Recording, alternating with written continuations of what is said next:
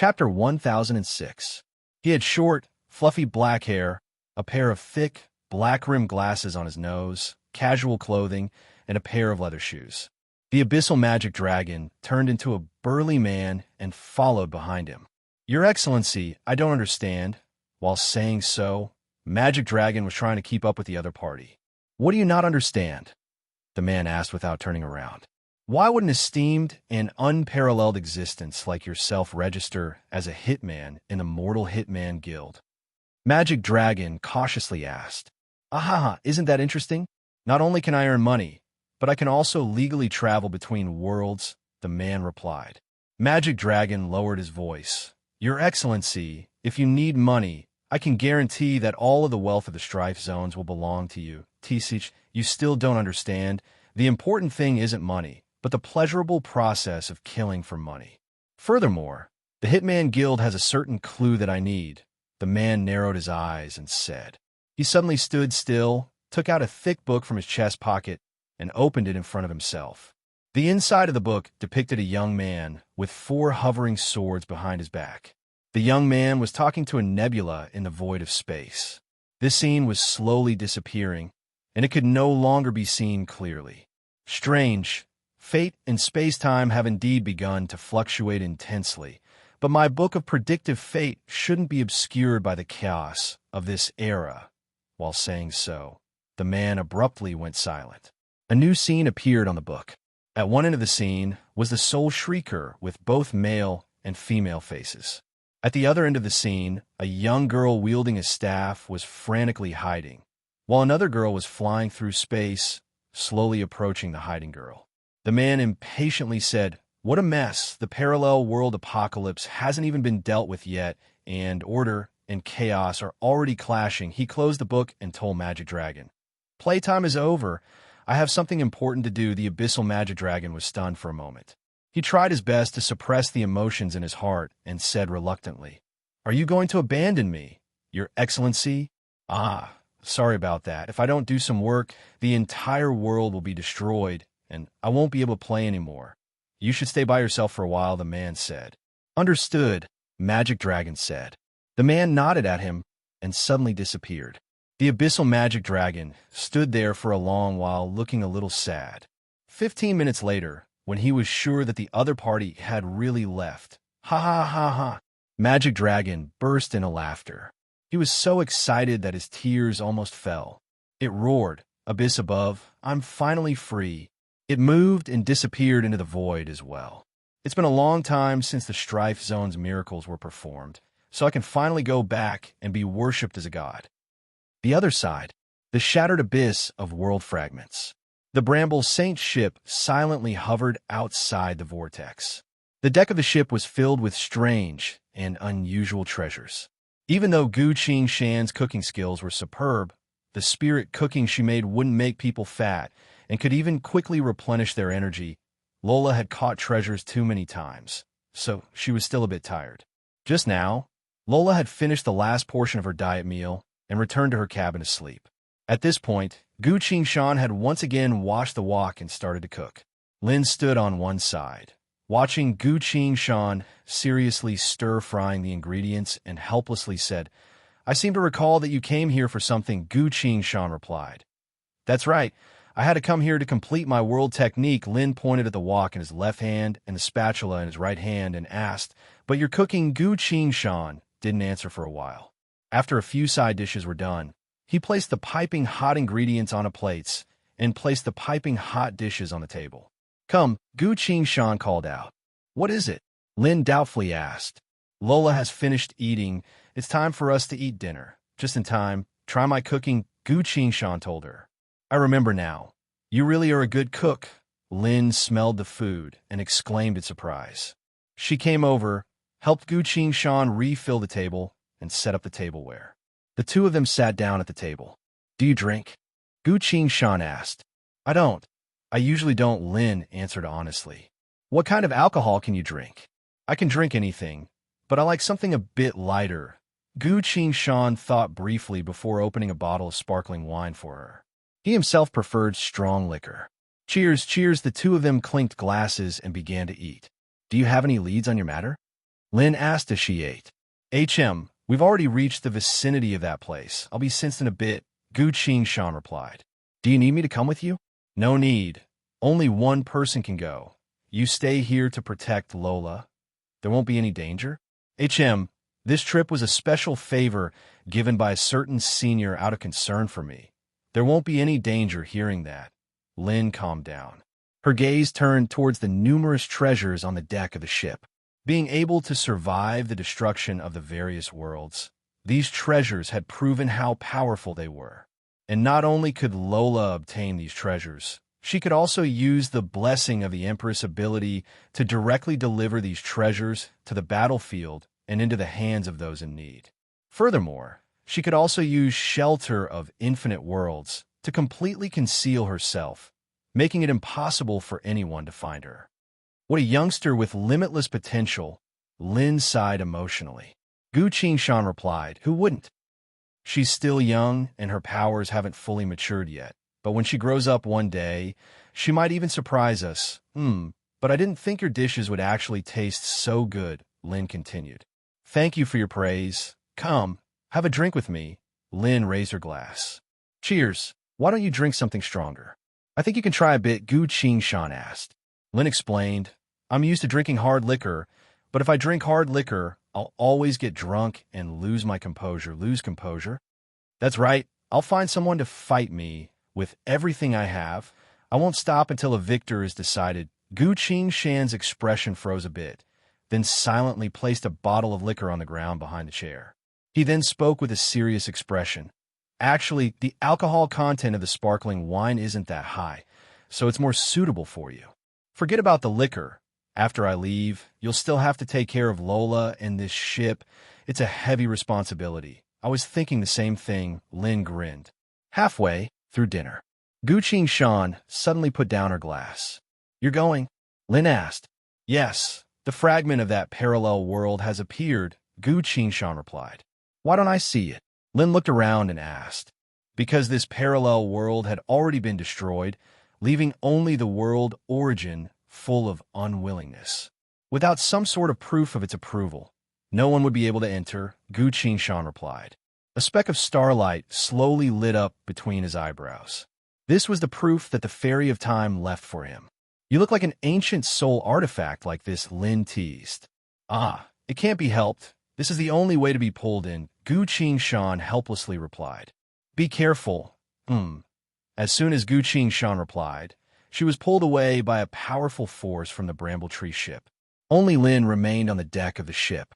She stayed silent for a bit, then lightly waved her hand. The bottle of liquor hidden behind Gu Shan's chair flew up and landed on the table. Lin poured herself a glass and downed it in one gulp. What a coward, she muttered. Please remember this book's domain name. Mobile version. Chapter 1007. Gu Shan was guided by the light of the stars, flying straight towards the vortex below. He was getting closer and closer to the vortex, but his flying speed didn't slow down at all. The broken vortex was right in front of him. Gu Shan couldn't help but mutter to himself. I'm not going to just fly in like this, am I? The vortex was filled with the remains of countless broken worlds, as well as unimaginable dangers. Other than the previous Bramblebird King, as well as the current Queen of Thorns Lola, no one had ever dared to enter it. All of a sudden, at the very last moment, the pulling force on Gu Shan's body abruptly stopped. As if sensing something, the pulling force brought him to hover above the vortex. At this point, the vortex was only about a foot away from his feet. He was only a hair's breadth away from being sucked in. Gu Shan also didn't dare to move and silently stood still for a while. All right, I'm already here, what now? He muttered to himself. He suddenly sensed something and looked up not too far ahead. A jet-black rock about the height of 5 people was silently drifting towards him. A cluster of starlight once again appeared between Gu Shan's eyebrows and touched the rock. A sharp and intense noise resounded from the rock. Gu Shan felt an immense force of attraction. His body moved and went straight into the rock. Complete darkness. Only the howling wind could be heard. Gu Shan felt like he was in a state of chaos and obscurity. Suddenly, lines of glowing text appeared on the War God UI. Frowny face, you've detected the remnant will of the current world origin. The UI can now create a War God quest based on that will and your goal. This quest will exist in the form of a contract between you and the current world spirit, acting as a bridge between the two of you. Would you like to generate the corresponding quest? Gu Qing Shan quickly skimmed through and replied, "Generate." New lines of glowing text appeared on the War God UI. Frowny face quest description. Before the bygone era, an apocalypse had swept through this newborn, powerful, and infinitely potential parallel world, destroying everything in this parallel world, leaving only the final origin of the world. The strong unwillingness of the worlds will cause the fragment of this parallel world to linger outside the broken abyss. Now, you have come before it. Mission objective: pass the test of the remnant will of the parallel world and bring it its final hope. When you accept the mission, the test will begin. Quest reward: you will obtain the final origin of this parallel world. Use it to construct the brand new world technique you've created. Special note: the system will use different soul points for each War God quest according to the actual situation to assist you to the best of its ability. In this War God quest, you've obtained the ability to utilize soul points. Conversion, permanent spell. When you use your power, it will automatically convert into a spell that fits the rules and knowledge of the parallel world. Do you accept this War God quest? Gu Qing Shan, I accept. Mission accepted. The contract between you and the remnant will of a parallel world has been established. The test has begun, following the final line of glowing text. The darkness in front of Gu Qing Shan's eyes was dispelled by the boundless white light. The entire world became bright. He noticed, I've turned into an infant. Wait a minute. Why am I an infant? What else can I do? Gu Qing Shan silently called out in her mind, System. I'm here, the War God UI replied. Why did I turn into an infant? Gu Qing Shan asked. Because you formed a contract with the remnant will of a parallel world. You've now entered its test, but you didn't say that I would turn into an infant. That can't be helped. Only after you've agreed would I know what the remnant will of a parallel world's test is, the War God UI replied. Gu Qing Shan helplessly replied, An infant is too fragile. I have no way to deal with anything. I can't even summon my own sword. Can I withdraw now? You can't. This world's remnant was originally filled with unwillingness. After you formed a contract with it, you've become its final hope. If you go back on your word, it will drag you down with it. The War God UI replied with an unquestionable tone. As it spoke, lines of glowing text began to appear on the interface. The Apocalypse's test has officially been issued. This is an illusory world that has escaped the limits of time. This illusory world has perfectly recreated the entire process of the world falling into the apocalypse and its final destruction. You must find the root of the apocalypse, eliminate it, and allow the world to continue.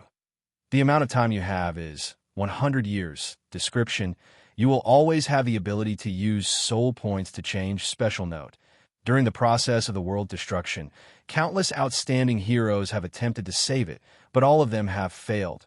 Come, use your actions to tell the world spirit what a true savior truly is. If you succeed, you shall obtain the final power of your world. Technique: now the quest begins. All the glowing text retracted and disappeared. At the same time, the frozen space and time began to loosen. Gu Qing Shan found that she could now move freely. Numerous, small noises resounded out of nowhere, giving off a sense of tension. Since Gu Qing Shan didn't know what the current situation was, she could only wait and see. No matter what, I've already lost all of my powers. The only thing I can do right now is to collect information. Speaking of which, the world spirit gave me a limit of 100 years. At first, I thought that it was a lot of time, but now it seems like there is a deeper meaning to it. I just don't know what kind of test I'll have to face. So many people have failed to save this new and powerful parallel world filled with hope. What should I do now? Gu Qing Shan seriously pondered. All of a sudden, a joyful voice resounded in her ears. What a cute boy. Loud noises resounded all around her. Gu Shan felt herself being caressed by several pairs of hands, as well as a warm stream of water that washed her body. The hands that were washing her were swift, gentle, and experienced. Many female faces leaned closer to stare at her. "Look, how cute he is. That's right, his eyes are so big. Holy Mother of God. I've fallen in love with him right away. How strange. Why isn't he crying?" All was quiet. Gu Shan saw the worried expressions of many female faces. "This is..." Gu Shan silently muttered in her mind. He had no choice but to open his mouth and cry. Ahem. It's been a long time since he cried, so he couldn't get used to it and coughed. The surrounding people jumped in fright. An atmosphere of unease rose in the air. The sense of worry was becoming more and more obvious. Wah wah wah. At this point, Gu Shan finally grasped the technique and began to cry loudly and rhythmically. "He's crying so loudly," someone loudly exclaimed. The female faces all laughed. The atmosphere quickly calmed down. Gu Shan also sighed in relief. "But it seems I'll have to start all over again. Fortunately, I still have all of my memories and knowledge, and the War God Quest gave me a new ability. Conversion. With this ability, I won't be able to shock the world. I can easily cultivate back to my original realm, then spend the next 100 years to search for the origin of the apocalypse and kill it at its initial stage. Only then would the remnant will of the parallel world be willing to become a part of my world technique." While thinking that, he waited for the maids to finish washing his body. Although this was only an illusion, the thing that created this was world origin. So from a certain point of view, this was also real. Gu Shan silently thought. He pinched his fair and tender little hands together and secretly made a hand seal. This was the simplest kind of sensing technique. It didn't have much use other than to help people sense spirit energy. He could sense spirit energy, and this world's spirit energy was quite dense. Gu Shan silently sighed in relief. While he was deep in thought, the maids had already washed him clean from head to toe. Then, they carefully dried the water on the surface of his body and dressed him in comfortable and dry baby clothes. One of the maids yawned. "That's right, it's time to rest. Next, I'll be placed on a baby bed to sleep. That way, I'll only need a single night of cultivation to return to chi training. I need to quickly become a cultivator, otherwise I won't be able to protect myself at all. As soon as they fall asleep, I'll immediately begin cultivating. The fate of this world will be changed by me." While Gu Shan was thinking, one of the maids gently picked him up and placed him in her arms. The maids began to speak. "It's getting late. That's right, the young master has already been cleaned up. It's getting late. The young master must be hungry. I'll bring him to the bedroom to feed him milk. Shem, go ahead." Gu Shan froze in the maid's arms. "Wow, what? Feed him milk?" P.S. Fellow readers, on Firework City, recommend a free app that supports downloading, listening to books, zero ads, and multiple reading modes. Dear readers, please pay attention to it. Chapter 1008. This world was full of origin power and vitality. The powerful origin power manifested as supernatural laws out of thin air, constantly responding to the call of living beings. Indeed, this was a magic-type world. While living beings had the power of powerful magic, their civilization was still in its infancy, causing conflicts and wars to break out. Gu Shan had always been cautious. He only tried to stand up when he was 1 year old. When he was 2 years old, he walked. When he was 3 years old, he wiped his own, but when he still didn't have the ability to protect himself, he carefully retracted his power and patiently observed this world. It wasn't until he was 4 years old that he managed to understand the basic structure of human society that he relaxed a bit. That year, he was sent to the Yorkshire Aristocratic Private Academy. For the past 4 years, he had been constantly cultivating. Thanks to the rich spirit energy of this world, as well as the care the world origin gave him, he had now reached foundation establishment realm. The most basic of self-protection was no longer an issue. The days silently passed. Gu Shan, on the other hand, was fully focused on cultivation and didn't do anything out of line. In the eyes of outsiders, he was just an ordinary noble son who couldn't be any more ordinary. Until one day, just like always, he returned home from school. All of a sudden, he heard his mother crying in her room, while the servants were all hiding away, not daring to approach. Gu Shan released his inner sight and quickly understood what happened. So my father died on the front lines. He died during a surprise attack by the beasts. Even though Gu Shan had only seen his father a few times in the past 4 years, he still felt a bit emotional. My family was only a minor aristocratic family, so after my father died, they immediately fell into a precarious situation. Gu Shan walked into the room and stood in front of her mother. Although this was an illusion, this woman's actions were exactly like a real mother's. She was only the daughter of a merchant. Her status wasn't all that high in the first place. After her husband died, with her weak arms, she couldn't protect this family at all, especially in times of war. Gu Shan never rejected her, and in fact, enjoyed this feeling of family. "What's the matter?" Gu Shan asked.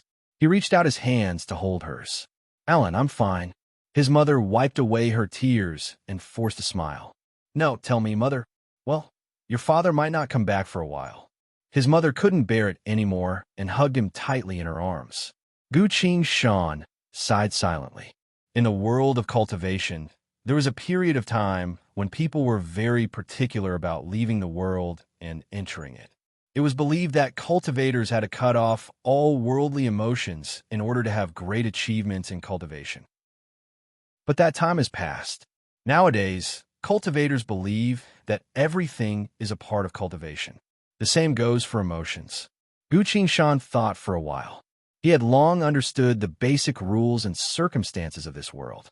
If he wanted to become a normal, world-shocking person, then this was the opportunity.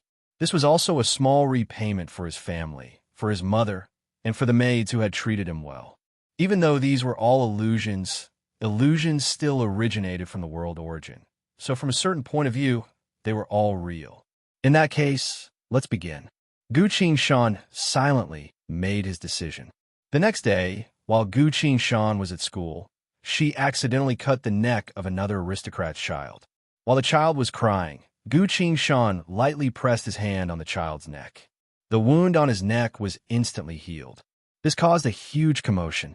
The prefectural church sent 2 priests to personally investigate the situation, then had Gu Shan try again. Gu Shan was clearly panicking. The first time, it didn't work. But the second time was successful. 4 years old. He's only 4 years old, one of the priests said in disbelief. "I want to know everything about him, and most importantly, his background," the other priest said. The servants who came with them immediately went to ask about the matter. It was clear. This aristocrat child awakened his holy powers at the age of 4. If he had a noble background, that would be a huge deal. A few moments later, the servants of the church returned to the 2 priests. The 2 priests quickly found out that the child's father was a minor aristocrat who had just been sacrificed on the front lines. They exchanged glances. Because his father sacrificed himself to protect humanity, God had shown mercy and allowed this child to awaken his powers. This was a classic example of God's love for humanity. On the same day, Gu Shan was sent to the Yorkshire Monastery. Compared to the Wizarding Association, the Knight Alliance, and the Hunter Guild, the monastery had the longest library and oldest inheritance in this world. Because of that, Gu Shan had already prepared to join this organization. The bishop of the monastery personally met with him, then called his mother and a few other important figures of the church. Gu Shan gave his anxious mother a look to tell her not to worry. At this point, a priest came in front of the bishop with a glowing orb. "The orb of lies is ready," the priest reported in a low voice. The bishop nodded and received the orb of lies. "Child, do you believe in the existence of God?" he asked. "Of course I do. I know that God exists," Gu Shan confirmed it. "That's right. Not only have I seen them before, I've even created a few. Now that I think about it, earth, water, fire, and wind were also the 4 righteous gods who created the world. And Gu Shan was the master of the earth's saint pillar." There was absolutely nothing wrong with what he said. All was quiet. No one could have imagined that this child would be so certain of the existence of God. His attitude greatly improved the bishop's impression of him, because the orb of lies didn't give off any warning.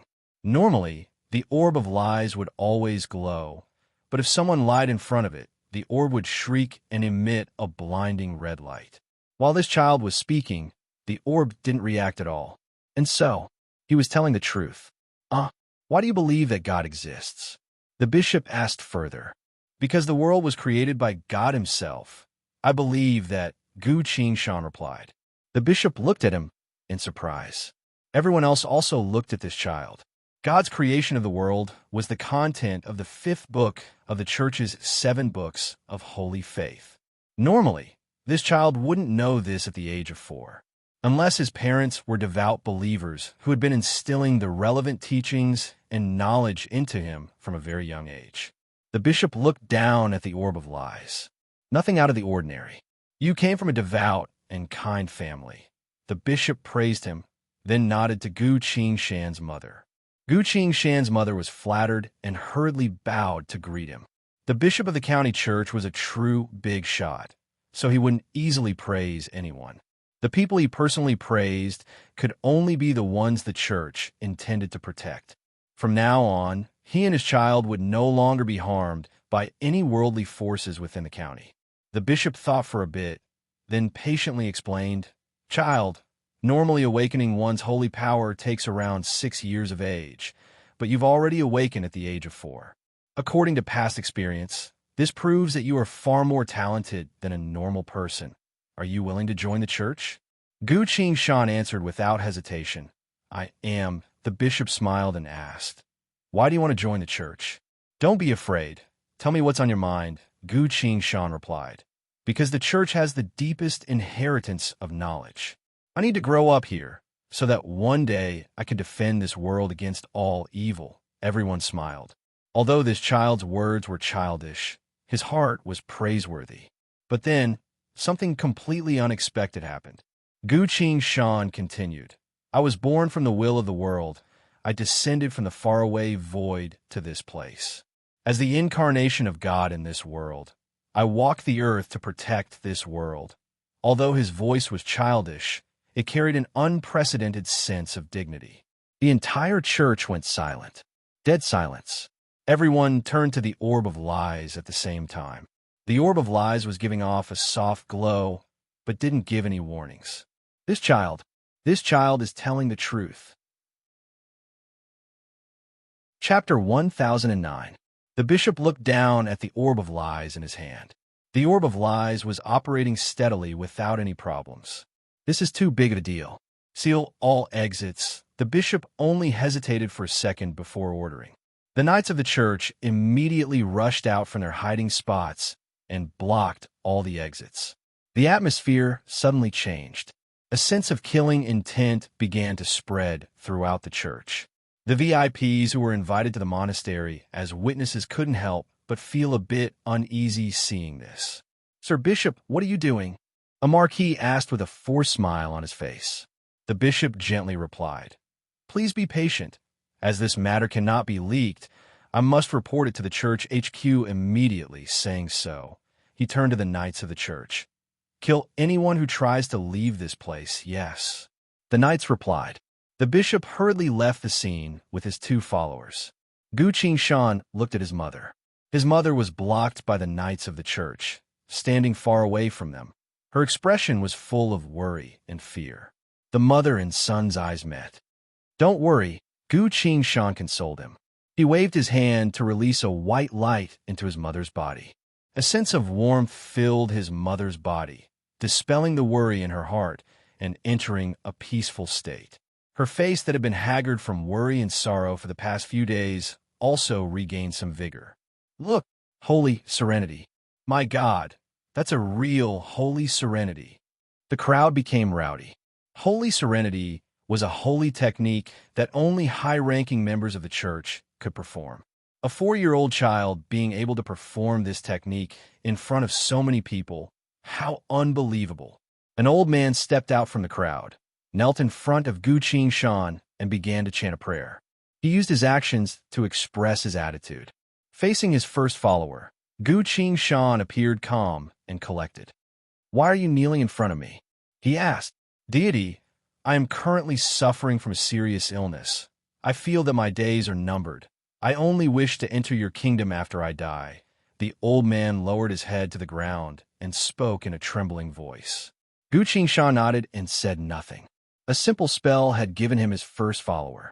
In fact, what he used just now was just a common aura healing technique used by cultivators. This spell could absorb the pure spiritual energy of heaven and earth and condense it into a spiritual light to nourish the cultivator's body. The reason why it was recognized as a holy peace spell was because after Gu Qingshan signed a contract with the world's will, the war god quest gave her a permanent spell, conversion. The cultivation-type spells that Gu Qingshan uses will automatically be converted into spells that conform to the laws and knowledge of the current world. Aura healing was converted into holy rest of the same rank. At this time, 7 or 8 subtle spatial fluctuations came from the entire monastery. Gu Qingshan's expression changed. With so many teleportations appearing consecutively, it seemed that all the important figures of the church had come this time. After a while, a group of clergymen walked into the church. When the crowd saw them, they all knelt down. Prayers were heard throughout the church. They couldn't be blamed for having such a reaction. The people who had come were simply too shocking. These people who walked the world represented the highest power of the church and the existence of God in this world. 12 holy knights, 5 red-robed archbishops, the cardinal of the church, and the one wearing the white robe of a clergyman, the Pope of the Holy Church. He also came in person. "Holy Father, it's that child," the prefectural cardinal who left earlier spoke up.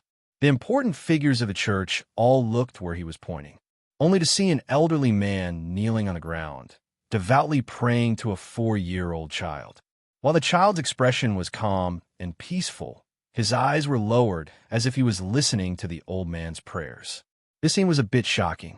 One of the clergymen responsible for monitoring the situation quickly came up and reported to the York cardinal what happened after he left. He used holy rest. Yes, that is indeed the case. Everyone saw it. The York cardinal turned to look at the important figures with a questioning expression. The Pope nodded to express that he understood. He gestured behind him. The cardinal took out a golden sphere and put it in the Pope's hand. This was the highest level orb of deception within the church. Never once had any problems.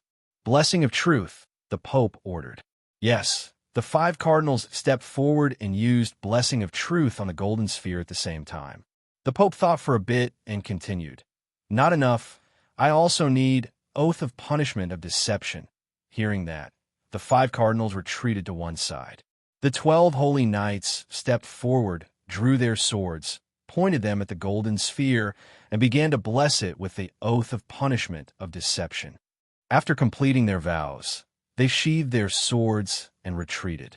The Pope looked at the golden sphere in his hand and chanted a long incantation. As he chanted, the skin on his face seemed to wrinkle a bit, and he seemed to have aged a bit. The cardinal hurriedly tried to persuade him. "Holy Father, there is no need for you to use your own power." The Pope ignored him and finished chanting the entire incantation. The golden sphere slowly began to emit a milky white glow filled with holiness. It was now that the Pope sighed in satisfaction. "Cardinals, this is a situation where we cannot afford to make any mistakes. So how can I not do my part? 12 holy knights, 5 cardinals, and the Pope's power." In this world, no one has ever been able to stop the lie detection technique that all of them used at once. This was the only way to guarantee the authenticity of the result. "But your body," one of the holy knights sorrowfully spoke. "Say no more.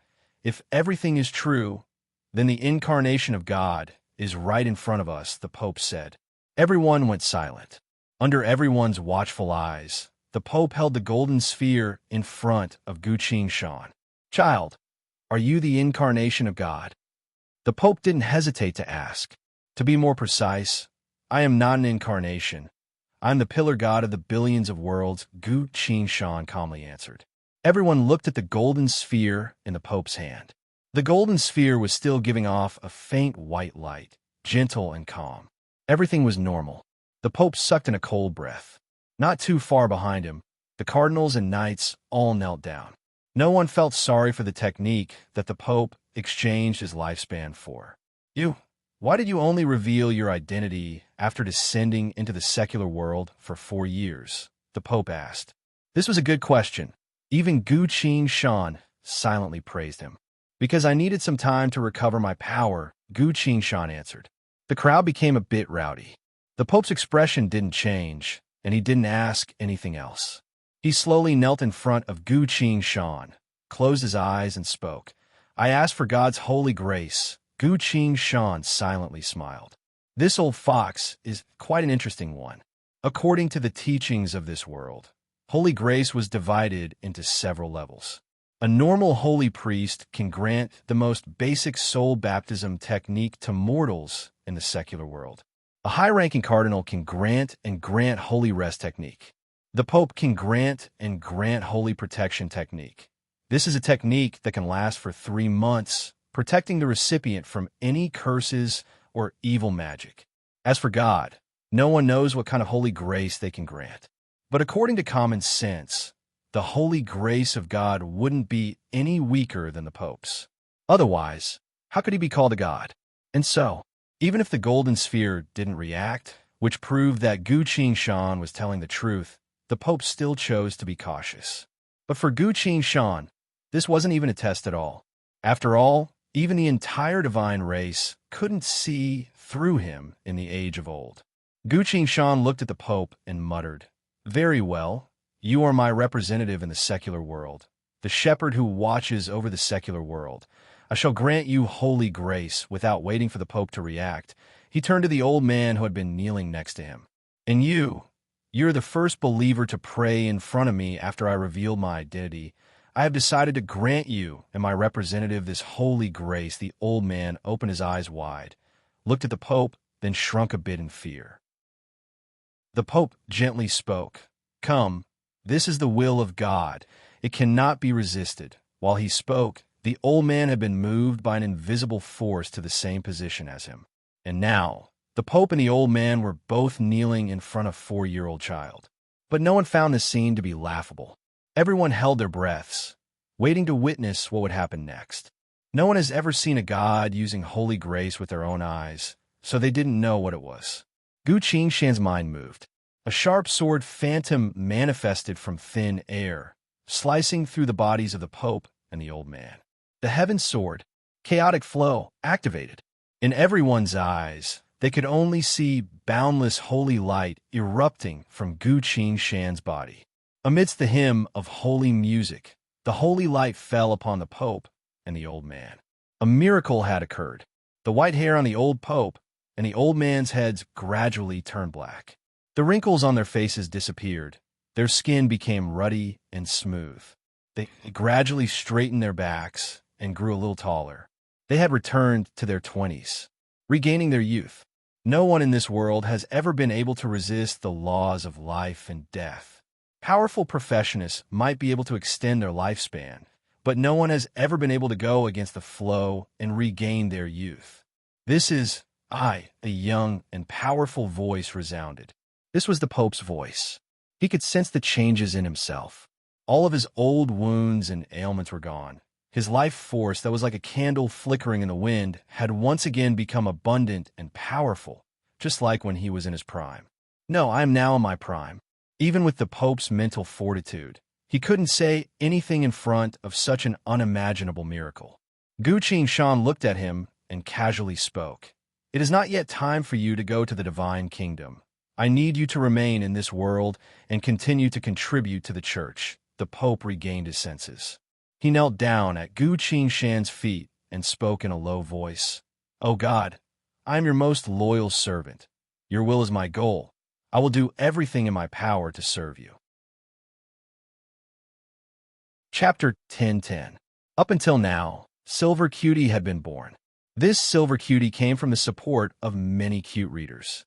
What Fireworks wanted to say was that, as a part-time creator, there were naturally many difficulties and helplessness in the process of writing, but no matter how hard it was, in the face of everyone's warmth and encouragement, it was not worth mentioning.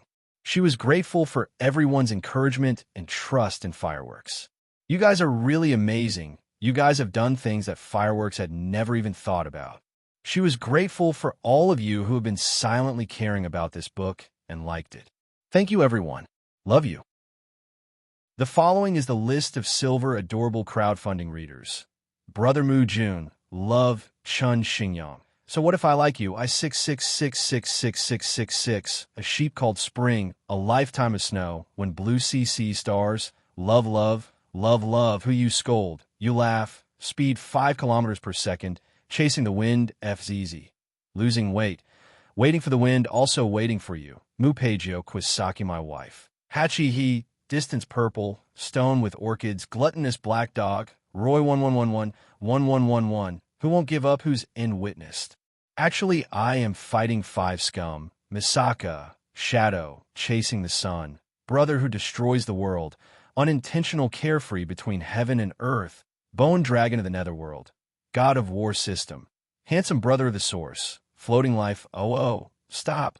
You, D White Knight, though you do not fall, just sit desolation, September 13th, 208-0607, Jade Maple, Flowing Moon, a song of fragrant grass, vampire, Tian Chun, lost holy soul, Dao Lai, Shuvi Dola, Muyu 001, old thief, shallow summer whale yang, TX, DU, BZ250 Maple Flame, Kuin Top, Ming Ching and Ching Ming, little building 6 listen to the spring rain, angry wind sorrow, peace and peace, Chimai, not speaking, memory of the star, K Wind, duo by bar, eternal silence, phantom dawn, Juz 1, Luo, Shang Mo, Shun, floating dust sauce, Dong Dong Bear, I wish to slay the devil, Jiazhong Bao, bite 2 thunder, amusing, Hozi, not humming, Wang Ye, X-Peg, stellar elegance, halberd, golden spear, Tangming Sheen, ancient ancestor 0, Ichin, drink 1 bay,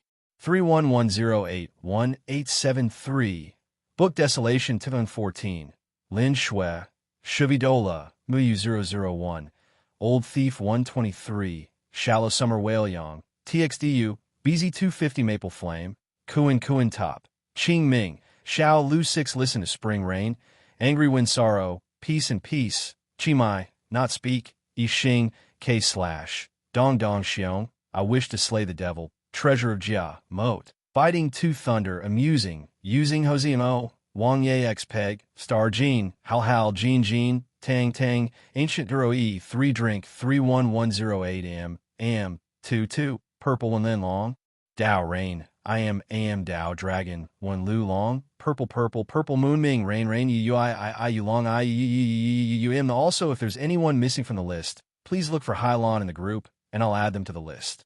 Once again, thank you all. Hug. Booksellers Reading Site. Chapter 10-11. 3 days later, the Holy Church began to withdraw from all large-scale conflicts of interest and focused on their own territory. The entire church seemed to have changed. In the following days, when the priests led the believers in prayer, they used a few more interjections than before. The arrogant holy knights were disbanded. The criminals were cleaned up, leaving only the loyal believers who could truly fight. The bishops went from country to country, no longer acting as if they were above everyone else. They were more like hardworking administrative personnel, showing a truly astute attitude, swift and resolute, and conscientious. The atmosphere of the church was completely changed. The other forces all felt strange, so they tried to find out more about the church. Very quickly, they received a shocking piece of news. God had arrived in the human realm. God, according to the teachings of the church, after a person dies, only the souls of those who believe in God can enter the holy kingdom. The others will either reincarnate, go to hell, or forever wander the void. In short, no matter what, it wouldn't be as comfortable as staying in the holy kingdom. Even if we ignore God's strength, the fact that God had appeared proved that the teachings of the church were correct. Ask yourself this: who wouldn't want to live a comfortable life after death? The holy kingdom. This phrase can pull almost anyone under the church's banner. Both disbelief and fear spread throughout the upper echelons of the major forces. Just as they were about to send out their strongest professionists to investigate the holy city where the church was, the Pope appeared. The Pope summoned the various forces, saying that he had something to tell them. So the various forces naturally sent out their envoys to the Holy City. These envoys didn't even have time to investigate before they were shocked by what they saw. The Pope, he had regained his youth. He had returned to the age when he was at his strongest. Chaotic flow only made him return to that age. It didn't take away his memories. With several hundred years of experience and wisdom, as well as being the strongest force in the world, the Pope could already be considered the strongest person in the world. In front of all the envoys, the Pope admitted that God had descended. Yes, I'm the best example. God has blessed me with youth. The Pope said, God said, it is not yet time for me to return to the holy kingdom in heaven. I should stay in the human realm and do more for the church. God said, there is no need to care about the gains and losses on earth, because all the power and wealth in the secular world are like fleeting clouds that will eventually disperse. Only the happiness in heaven is stable and eternal. From now on, the church will no longer be involved in any disputes. However, if anyone obstructs the preaching of the church, the only outcome for that person is death. Next, the church will do its best to accomplish one thing: intelligence gathering. The Pope's words surprised all the envoys. What do you mean by gathering intelligence? Someone asked. God said that the world will gradually move towards destruction in the next 100 years. So God needs to know all the unusual movements in the world at the first moment of the disaster. The Pope said, walk towards destruction?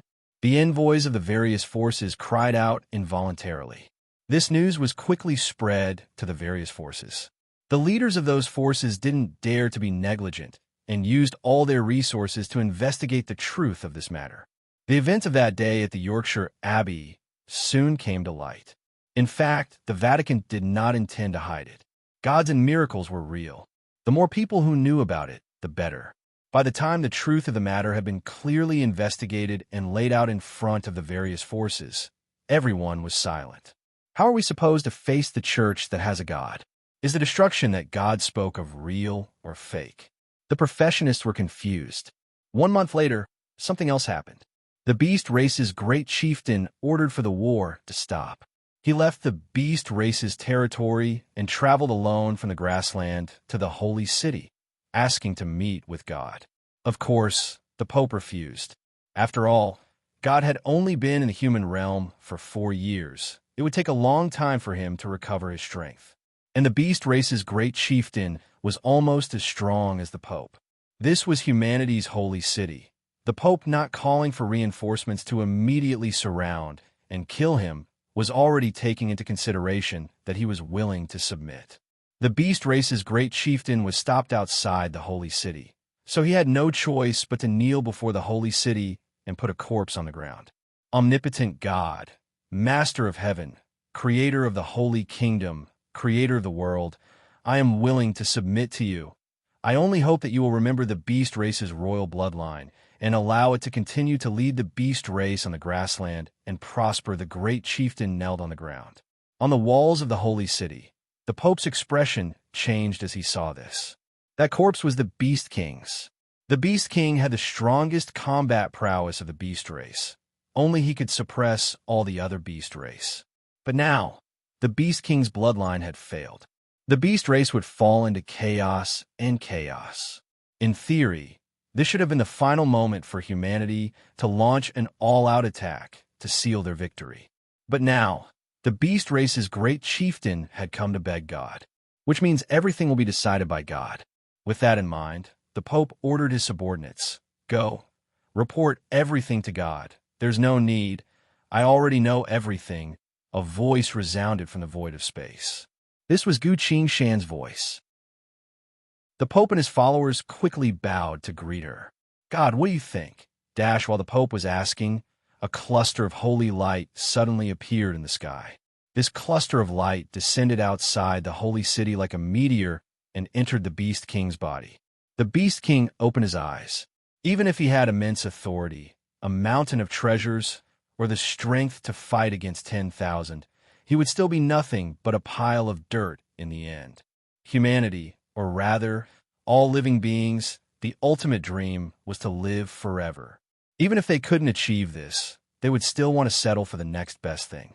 Everyone hoped to have a decent place to go after death, or like the Pope of the Divine Church, to return to his prime, or to return to life.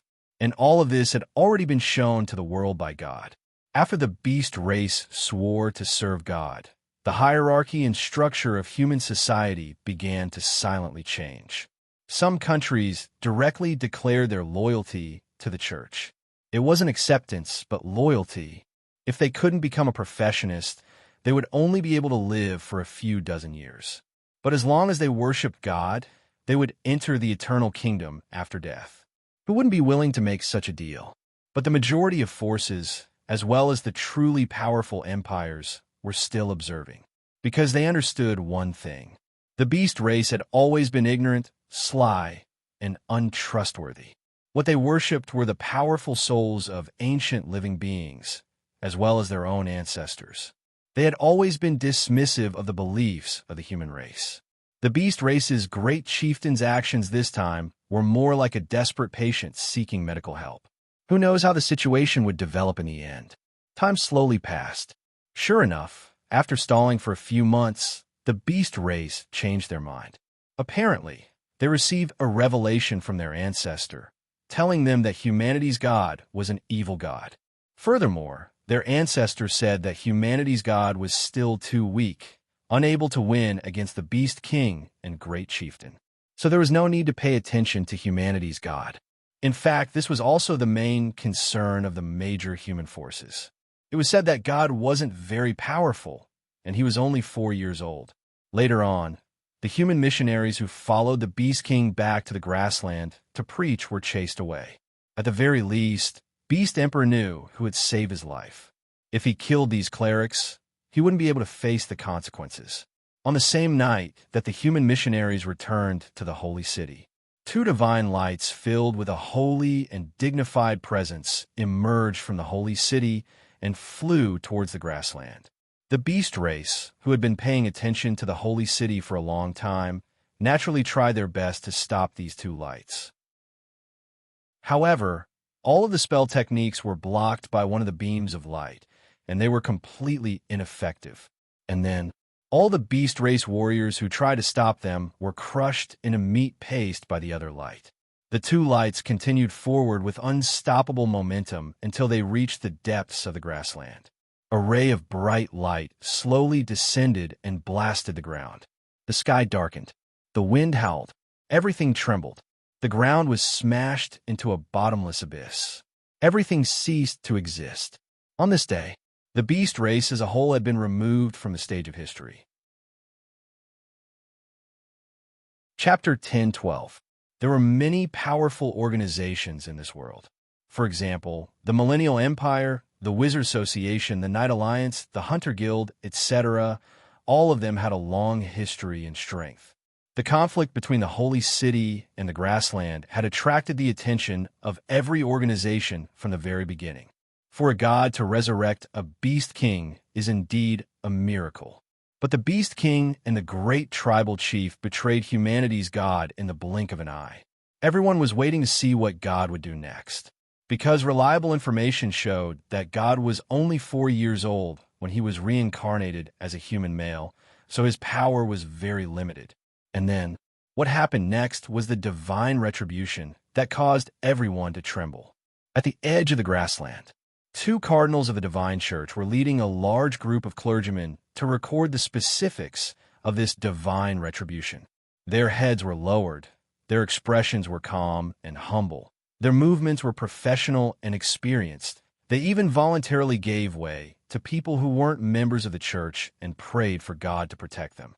Although the attitude of the church members had changed, becoming more pragmatic, compared to their previous blind and arrogant attitude, their current attitude was more thought-provoking. The organizations of the church stood outside the grassland, silently watching these clergymen record the divine retribution. A wizard with a head full of white hair leaned on his staff and let out a long sigh. "Sir, why are you sighing?" Next to him, a knight in full armor with a greatsword asked. "I couldn't help it," the white-haired wizard replied. The knight mocked him. "You should control your emotions well. After all, Your every move will be interpreted by everyone as the entire Wizard Association. The white-haired wizard smiled bitterly. I don't have a helmet as big as yours that can perfectly hide my face at this point. A voice came. What are you two talking about? A nimble figure in leather armor with a bow on his back suddenly appeared next to the two of them. The Hunter Guild's master also arrived. The white-haired wizard replied. We were talking about how to control our expressions when facing the divine retribution. Ah, so that's what it is. It really is very difficult, the Hunter Guild's master agreed. The three of them looked towards the grassland and fell silent. The solid ground only extended as far as their feet. In front of them was nothing but endless emptiness and emptiness. They were standing on flat ground, but it felt like they were standing on top of a bottomless cliff. In front of them, the originally endless grassland was completely destroyed by the might of the divine retribution. The entire grassland became a sinkhole. The sinkhole was so vast that any professional standing in front of it couldn't help but feel a sense of vastness and insignificance. This sinkhole was so deep that one couldn't see the bottom at a glance. If one really wanted to reach the bottom, they would have to spend an entire day. Just as the three of them were silent, a middle-aged man riding a horse slowly approached them. He didn't dismount from his horse and only gave a slight nod to the three. The three of them nodded in response. What do you think? The middle-aged man asked. The knight and the hunter looked at the white-haired wizard. Sorcerers did not believe in the creation of the world. Sorcerers liked to explore the laws of all things and wanted to understand the truth of all things. The white-haired wizard looked at the sinkhole, his face full of exhaustion. In the face of the power of the gods, magic is too weak. I need to think about it. The middle-aged man looked at the knight and hunter. If the human race can prosper from here on and all evil is repelled, I'm willing to believe in God, the knight said. The hunter said, We often wander on the edge of life and death.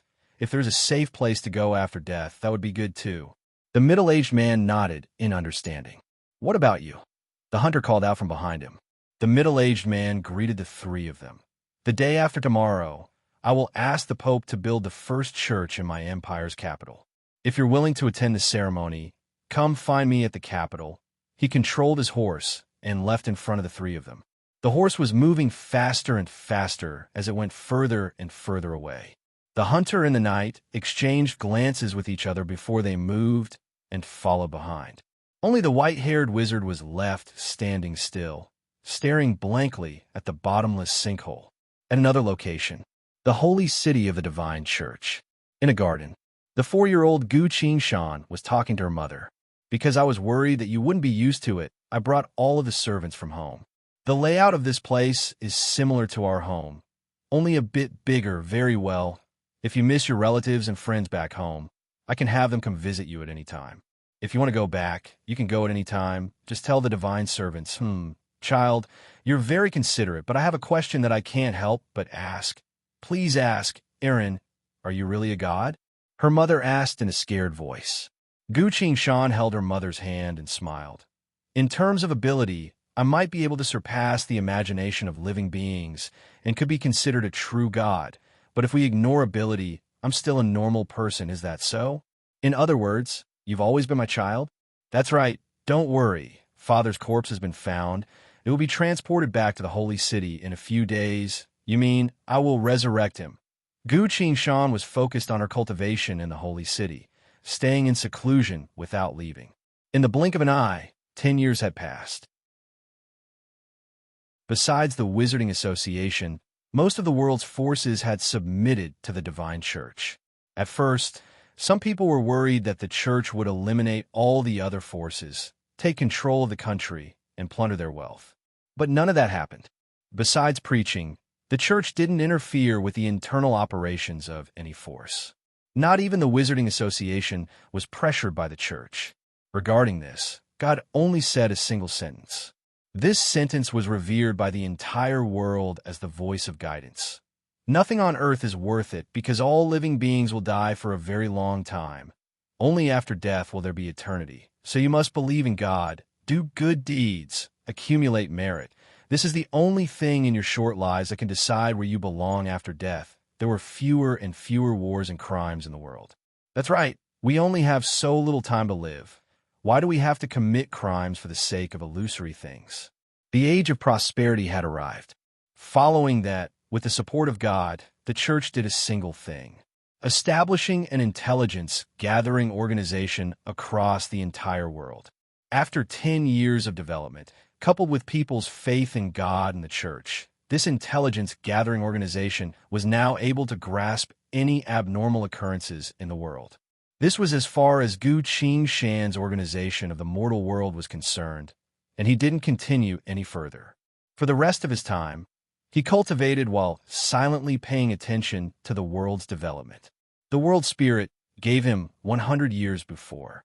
This meant that the collapse and destruction of the world would be a very long process.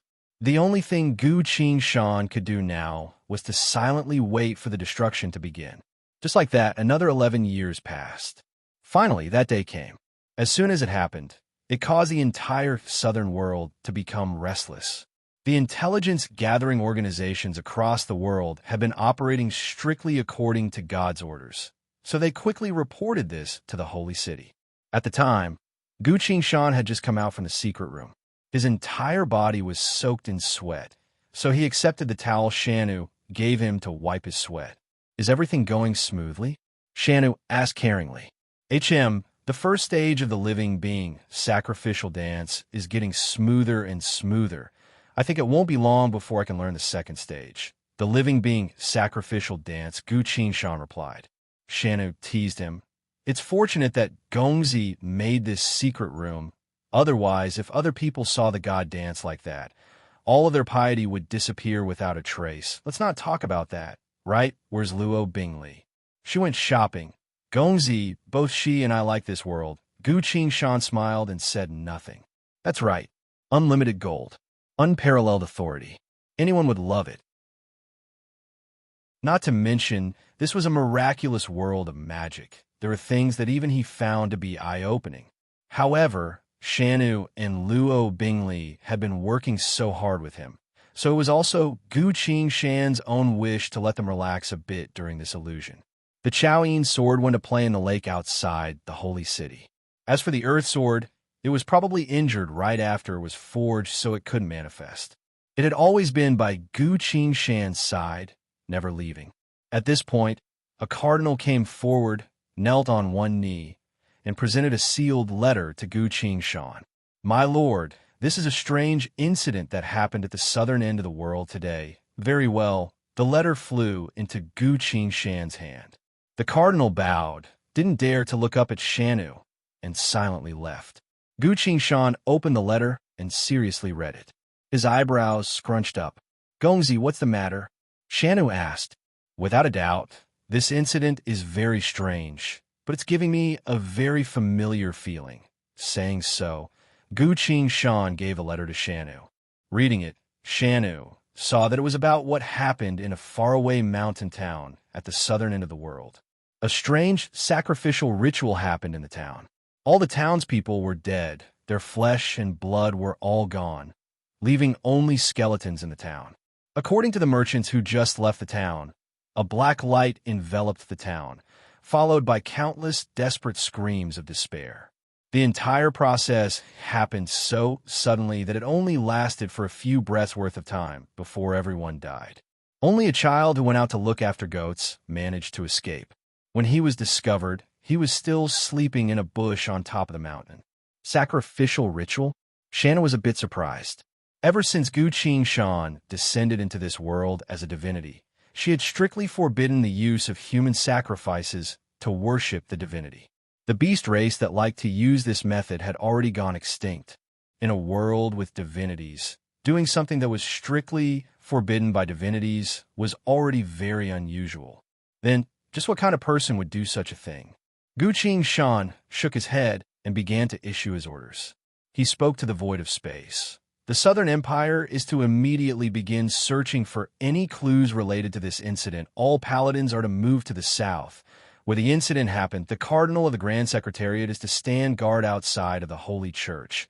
All cardinals are to follow the Pope to investigate the situation. Immediately, the entire holy city began to move. Shanu couldn't help but ask, Gongzi, you seem to be taking this matter very seriously. Gu Qingshan nodded and admitted it. Fortunately, I've already tightly grasped this world in my hands. No anomalies can escape my control, and the various organizations are all under my control, so I can quickly deal with this matter. He looked like he was getting serious. Gongzi means... Chapter 10:13. Night. The gates of the holy sanctuary opened. Knights in majestic armor sat on their steeds, wielding their weapons as they stepped out of the gates. The divine mages and divine mages sat on carriages, protected by the knights in the middle. After a few dozen years, the cavalry of the divine church had once again gathered. Under God's order, they were to head to the Southern Empire to deal with anything that might happen there. This shocked the entire world. Every organization was trying to find out what exactly happened. But the church didn't have time to explain to them, so they could only say, God ordered the divine army to reach the Southern Empire as soon as possible. The Pope brought the cardinals, as well as 100 of the church's most elite soldiers, to head there first. They spent an exorbitant amount of resources to teleport directly to the Southern Empire, arriving outside that secluded town. The Southern Empire's ruler immediately sealed off that secluded town as God ordered. Everything was left as it was, waiting for the divine church's people to investigate. The merchants who just left the town were captured, including the child who managed to escape because he was grazing his sheep on the mountain. He was also being held captive. Your Holiness, do you think there are any issues with what I did? The emperor asked. His expression was a bit tense. As a ruler, he was indeed a smart and capable lord. After thinking about it, it was easy for him to guess some things. This was the first time in a few dozen years that God had interfered with the affairs of the world. Furthermore, when the church established their intelligence agency, there was a certain rumor. It was said that in order to detect the signs of the world's destruction, God ordered the establishment of intelligence agencies all over the world. Could the source of the destruction be here? As soon as he thought of this, the Southern Empire's ruler felt a deep sense of unease. The Pope gave the Southern Empire's ruler a comforting glance and said, You did very well. I believe that even if I was in charge, I wouldn't have been able to do better than you. The Southern Emperor sighed in relief. When he was about to say something, the Pope raised his hand to stop him. The Pope seemed to be listening to something. After a while, the Pope showed a strange expression. Emperor, please hand over the survivors to our people to watch over, the Pope said. No problem, the Southern Emperor happily replied. The Pope pointed at the two cardinals behind him and ordered them to bring their subordinates to receive these survivors. All of you must remember, you must be wary of the devils hiding among these people. You must strip them of their weapons and set up exorcism enchantments around them. No one is allowed to get too close to them. You're not allowed to give them food or drink, and you're not allowed to talk to them. Yes, Your Holiness. The two red-robed bishops bowed. They took 2 groups of knights with them and quickly left. The Pope then ordered the rest of the people, everyone, enter the town and start searching for suspicious information. Pay attention to collecting corpses and check them against the town's roster. Don't miss anyone. Yes. The rest of the cardinals and holy knights responded. The search lasted for 2 whole days. People from the church arrived one after another. At the request of the church, all the forces had sent all the experts in the search field to this place. With the combined strength of the entire Holy Church, the Southern Empire, and various other forces working together, the entire town was thoroughly searched. In order to verify the identity of the people and the corpses, the holy knights, hunters, and warriors carefully examined every bone. In order to determine the cause of death of every animal in the town, the priests even used divine arts. Everything that was suspicious could not be hidden from him. When Gu Qingshan arrived at the outskirts of the town, a complete and accurate report was already in front of him. This was the power he had accumulated over the past few years. And the results. He sat on his throne and carefully read through the report. All domestic animals died as a result of evil sacrifices, except for a chicken. This chicken was found in a secluded area Only bones were left when it was discovered, and there were signs of human chewing on the bones. Through investigation, when everyone in the town died, this chicken had only just been roasted. As for the population, there was an issue when comparing the town's population to the corpses. A few people went missing for no reason. None of the people who knew them from other areas had seen these missing people. The only thing that could be confirmed is that these people were also in the town at the time of the incident. All the forces in the world have been mobilized to search for these people's whereabouts. After reading through, Gu Qingshan thought for a bit.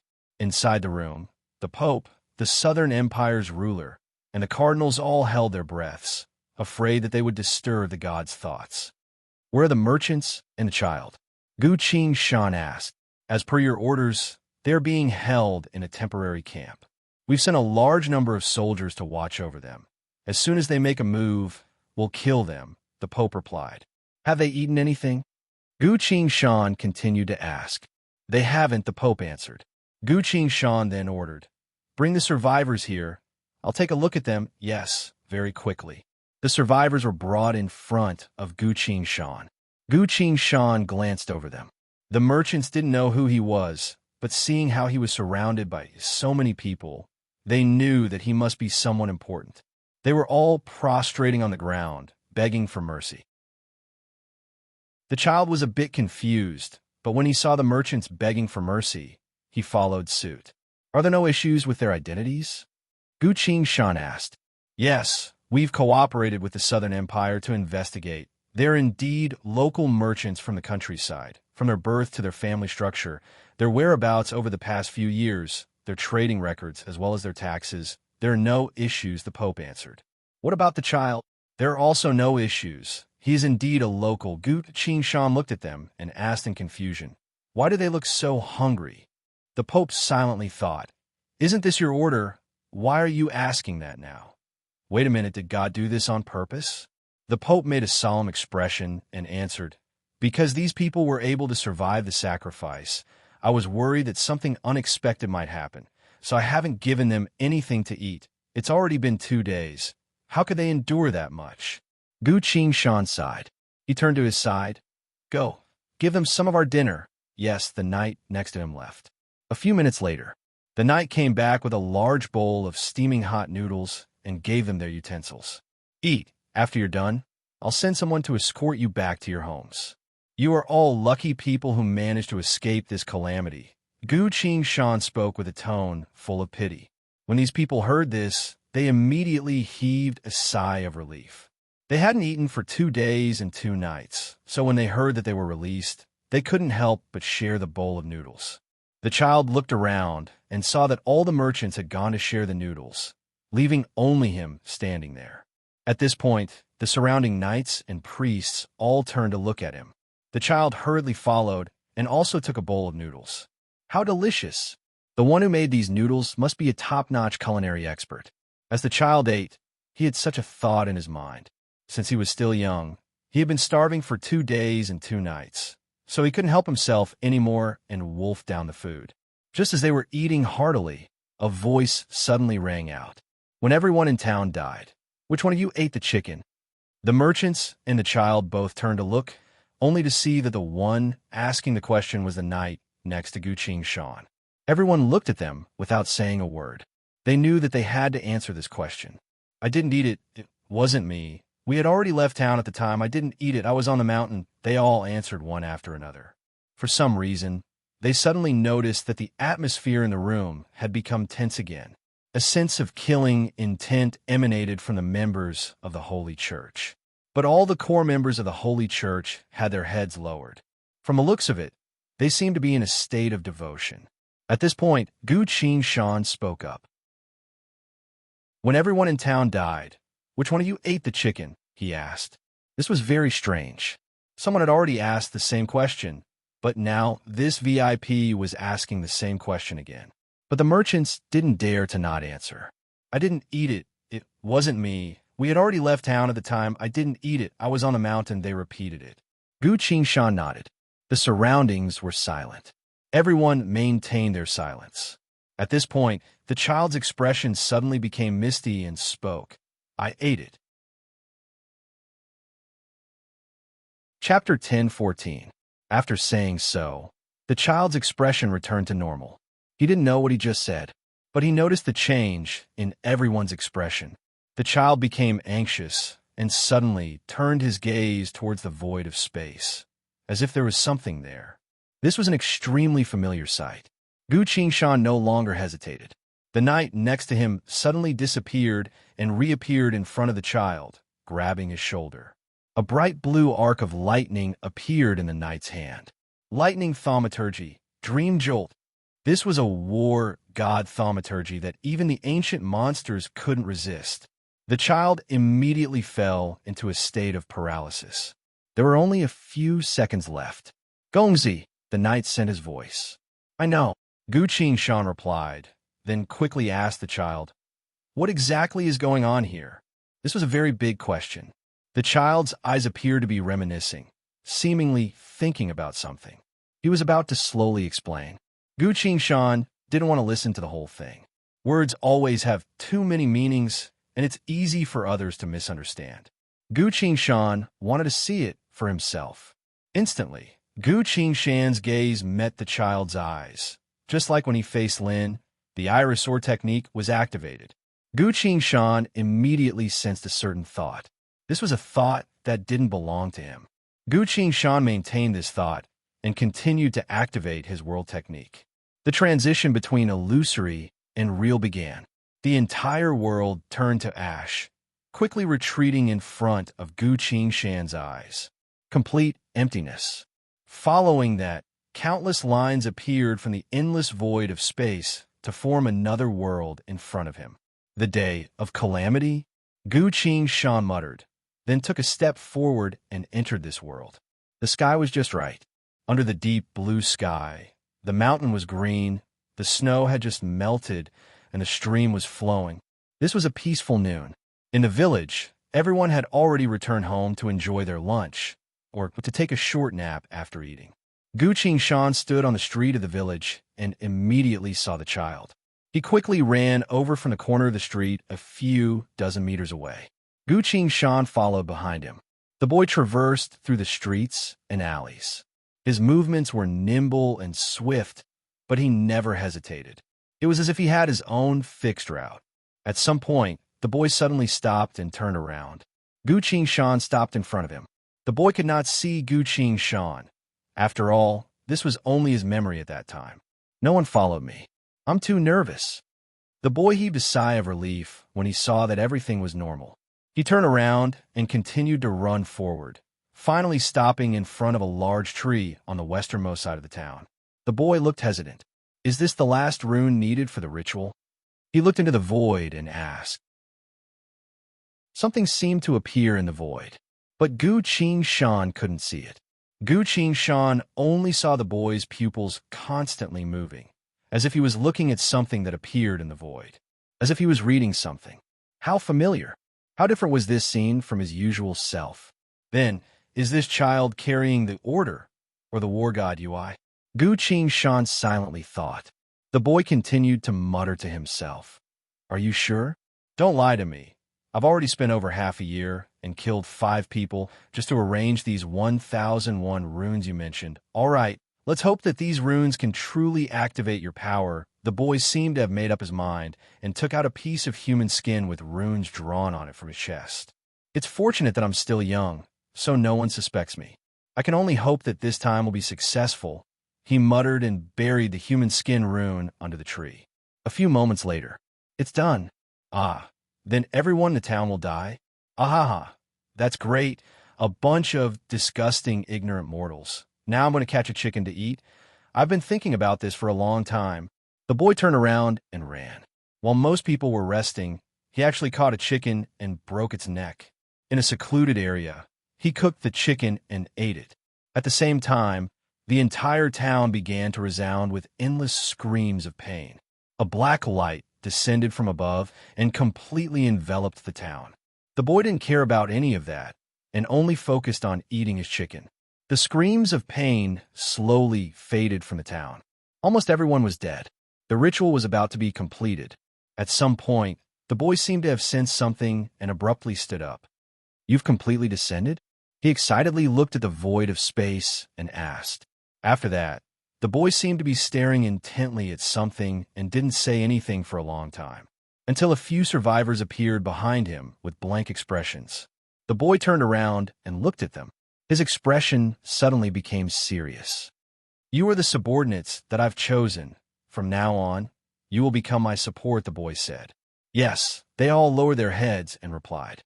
The boy stopped briefly and asked, "Now tell me, what kind of chaos did you receive?" One of them replied, "I received the plague. When I spread the plague, both my chaos and I will become stronger," one of them replied. "I received the incomplete body. When I obtain the body parts of my own kind, both my chaos and I will become stronger," one of them replied. "I received the chaos. As long as I cause the world to erupt into calamities, I will be able to obtain power from them indeed." The boy nodded. He looked at the next person. The man hesitantly spoke. "In the sacrifice just now, I seem to have obtained more power than them. The chaos I have is the 7 sins. Whenever living beings commit the cardinal sins of pride, envy, wrath, sloth, greed, lust, and gluttony around me, my power will rapidly grow." The boy looked at this man and praised. "You've received the favor of chaos. You'll have a bright future ahead of you. Thank you for your praise, great envoy of chaos," the man humbly replied. The boy nodded and looked at the next person. The man continued, "The chaos I received is star destruction." Before he could finish his words, the little boy had already stabbed a dagger into his heart. "Why?" The man was unwilling to accept this. The boy pulled the dagger out, grabbed his hair, and cut off his head in a few slashes. "Because your chaos is too powerful, and my power isn't enough to suppress you in the short term. I don't want to be killed by your chaos," the boy coldly replied. He gestured with his hand. The man's corpse slowly disappeared in front of everyone's eyes. But the sound of chewing could still be heard from the void of space, enough to make anyone's hair stand on end. The boy then asked the next few people what kind of chaos they had. They answered one by one. The boy opened his arms wide and told everyone, "Go, spread chaos to this world. You are my subordinates, as well as the secondary envoys of chaos. You need to find a way to quickly grow stronger." "Yes," everyone replied in unison. Reading this, Gu Shan suddenly found that the world and everyone had completely stopped moving at this moment. The little boy could only recall so many memories this time. Gu Shan went silent briefly, then regretfully dispelled her world technique. The world collapsed. It was completely blank. Right after that, Gu Shan found herself back at the camp. Shanu was still in her night form, holding the boy in her hand. The people around were looking at this scene in surprise. Gu Shan sighed. "The situation is far more complicated than I thought, and even stranger than the apocalypse that I've faced before." Gu Shan looked at the boy and muttered, "I want to know, Envoy of Chaos, what does this title mean?" The boy's expression changed and exclaimed in shock, "Impossible! How could a mortal like you know that?" Chapter 10:15. When the boy screamed, Gu Shan only said 2 words. "Continue," Shanu understood. A deep blue arc of lightning appeared from her body and entered the boy's body again. Lightning thaumaturgy, dream jolt. The boy's body started to twitch. The preparations he had made while he was screaming had also completely disappeared. Gu Shan walked forward, crouched down, and stared straight into the boy's eyes. "Where did chaos come from?" he softly asked. The boy's expression became blank, once again falling into his memories. When the boy was about to say something, Gu Shan activated her world technique again. The entire temporary camp was destroyed. The world returned to emptiness. Following that, a world of old appeared around Gu Shan. Dusk, outside the village. There was no one around. The boy was sitting by the lake with a bucket full of fish. He put his fishing rod away and silently blanked out, as if he had a lot on his mind. Gu Shan walked forward and stood next to the boy. What will happen? Gu Shan thought. The boy hesitated for a bit, then took out a fish from the bucket next to him and cut off its head with a dagger. Sacrifice, he uttered a single word. Immediately, the murmurs of countless men and women sounded intermittently around the little boy. It's about to begin. More death is needed. Power. Once you grow time, at this point, Guqin Shan suddenly noticed that his world technique had improved, because he could now hear the voices that the boy was hearing. Within this world technique, Guqin Shan began to sense everything at the same time as the person under the technique. As Guqin Shan seriously listened to the whispering voices, his expression turned serious. This was completely unheard of. From the looks of it, this wasn't a coincidence, but something that had already been decided from the start. The little boy listened to those words with a confused look on his face. But all the voices slowly faded away. The boy's expression froze. He grabbed a few more fish from the bucket, killed them all in one breath, and threw them into the water. Blood filled the lake, illuminating the boy's confused and longing face. He asked, "Why can I hear voices that others can't after I kill? And they're getting clearer and clearer now." Countless whispers rang out again and surrounded him. "Death, source of life, soul, you need slaughter," for these voices were filled with temptation, but it didn't take long for them to disappear. The boy was stunned for a moment. He was not afraid of this. Instead, his face showed excitement and excitement. "Great! I'm indeed different from those ordinary people," he murmured as he killed all the fish in the bucket and poured the bucket of blood into the lake. At this time, the afterglow of dusk had dissipated and darkness shrouded the earth. The blood in the lake gradually sank, and the little boy could no longer see his own reflection. He asked, "Who am I?" The voices appeared again. They became clearer and softer. "You are unique. Descend once more, awaken in the end. Lord of dissemination, on the infinite worlds." When the little boy heard this, he couldn't help but raise his voice and shout, "Tell me, what should I do to find out everything?" While he was questioning, the countless whispers overlapped and manifested into a single voice. "Slaughter. Only slaughter will allow you to understand everything. Envoy of chaos." The world stopped at this moment. The boy's expression of realization froze. The memories ended. The entire world scattered like quicksand. It was completely blank. Guqin Shan found herself standing in the temporary camp again. "Seal!" Guqin Shan ordered. Shanna retreated. The 12 holy knights surrounded the boy and threw chains of light at him. These chains were the most powerful punishing divine arts of the church, capable of temporarily restraining a person without being able to move. Unless the person being restrained was at least 3 times stronger than the 12 holy knights combined, they wouldn't be able to escape from this sealing technique. The boy's expression regained clarity. Looking at the chains on his body, he smirked in disdain. "Originally, I didn't want to waste too much effort, but if you want to die, then that's a different story." A black glow appeared from his body and easily cut all the chains in half. The 12 holy knights let out a muffled groan at the same time and retreated. Everyone was shocked. He's only 7 to 8 years old. How could he have such unbelievable strength? The boy's expression turned malicious as he cursed. "Very well, you foolish and laughable mortals, die." Before he could finish, he was caught by one of the holy knights. The 2 of them disappeared from everyone's sight. Guqin Shan ordered everyone, "You don't need to worry about this boy anymore. Go look for the missing people, find them, and report their location to me." Saying so, he also disappeared from the temporary camp. Several thousand miles away, on a secluded mountain peak, Guqin Shan's figure suddenly appeared. The boy stood in front of Guqin Shan. The disdain and killing intent on his face had already disappeared. He didn't move at all. An autumn water-colored long sword that gave off a sharp presence was pressed against his neck. The feeling this sword gave him was too terrifying.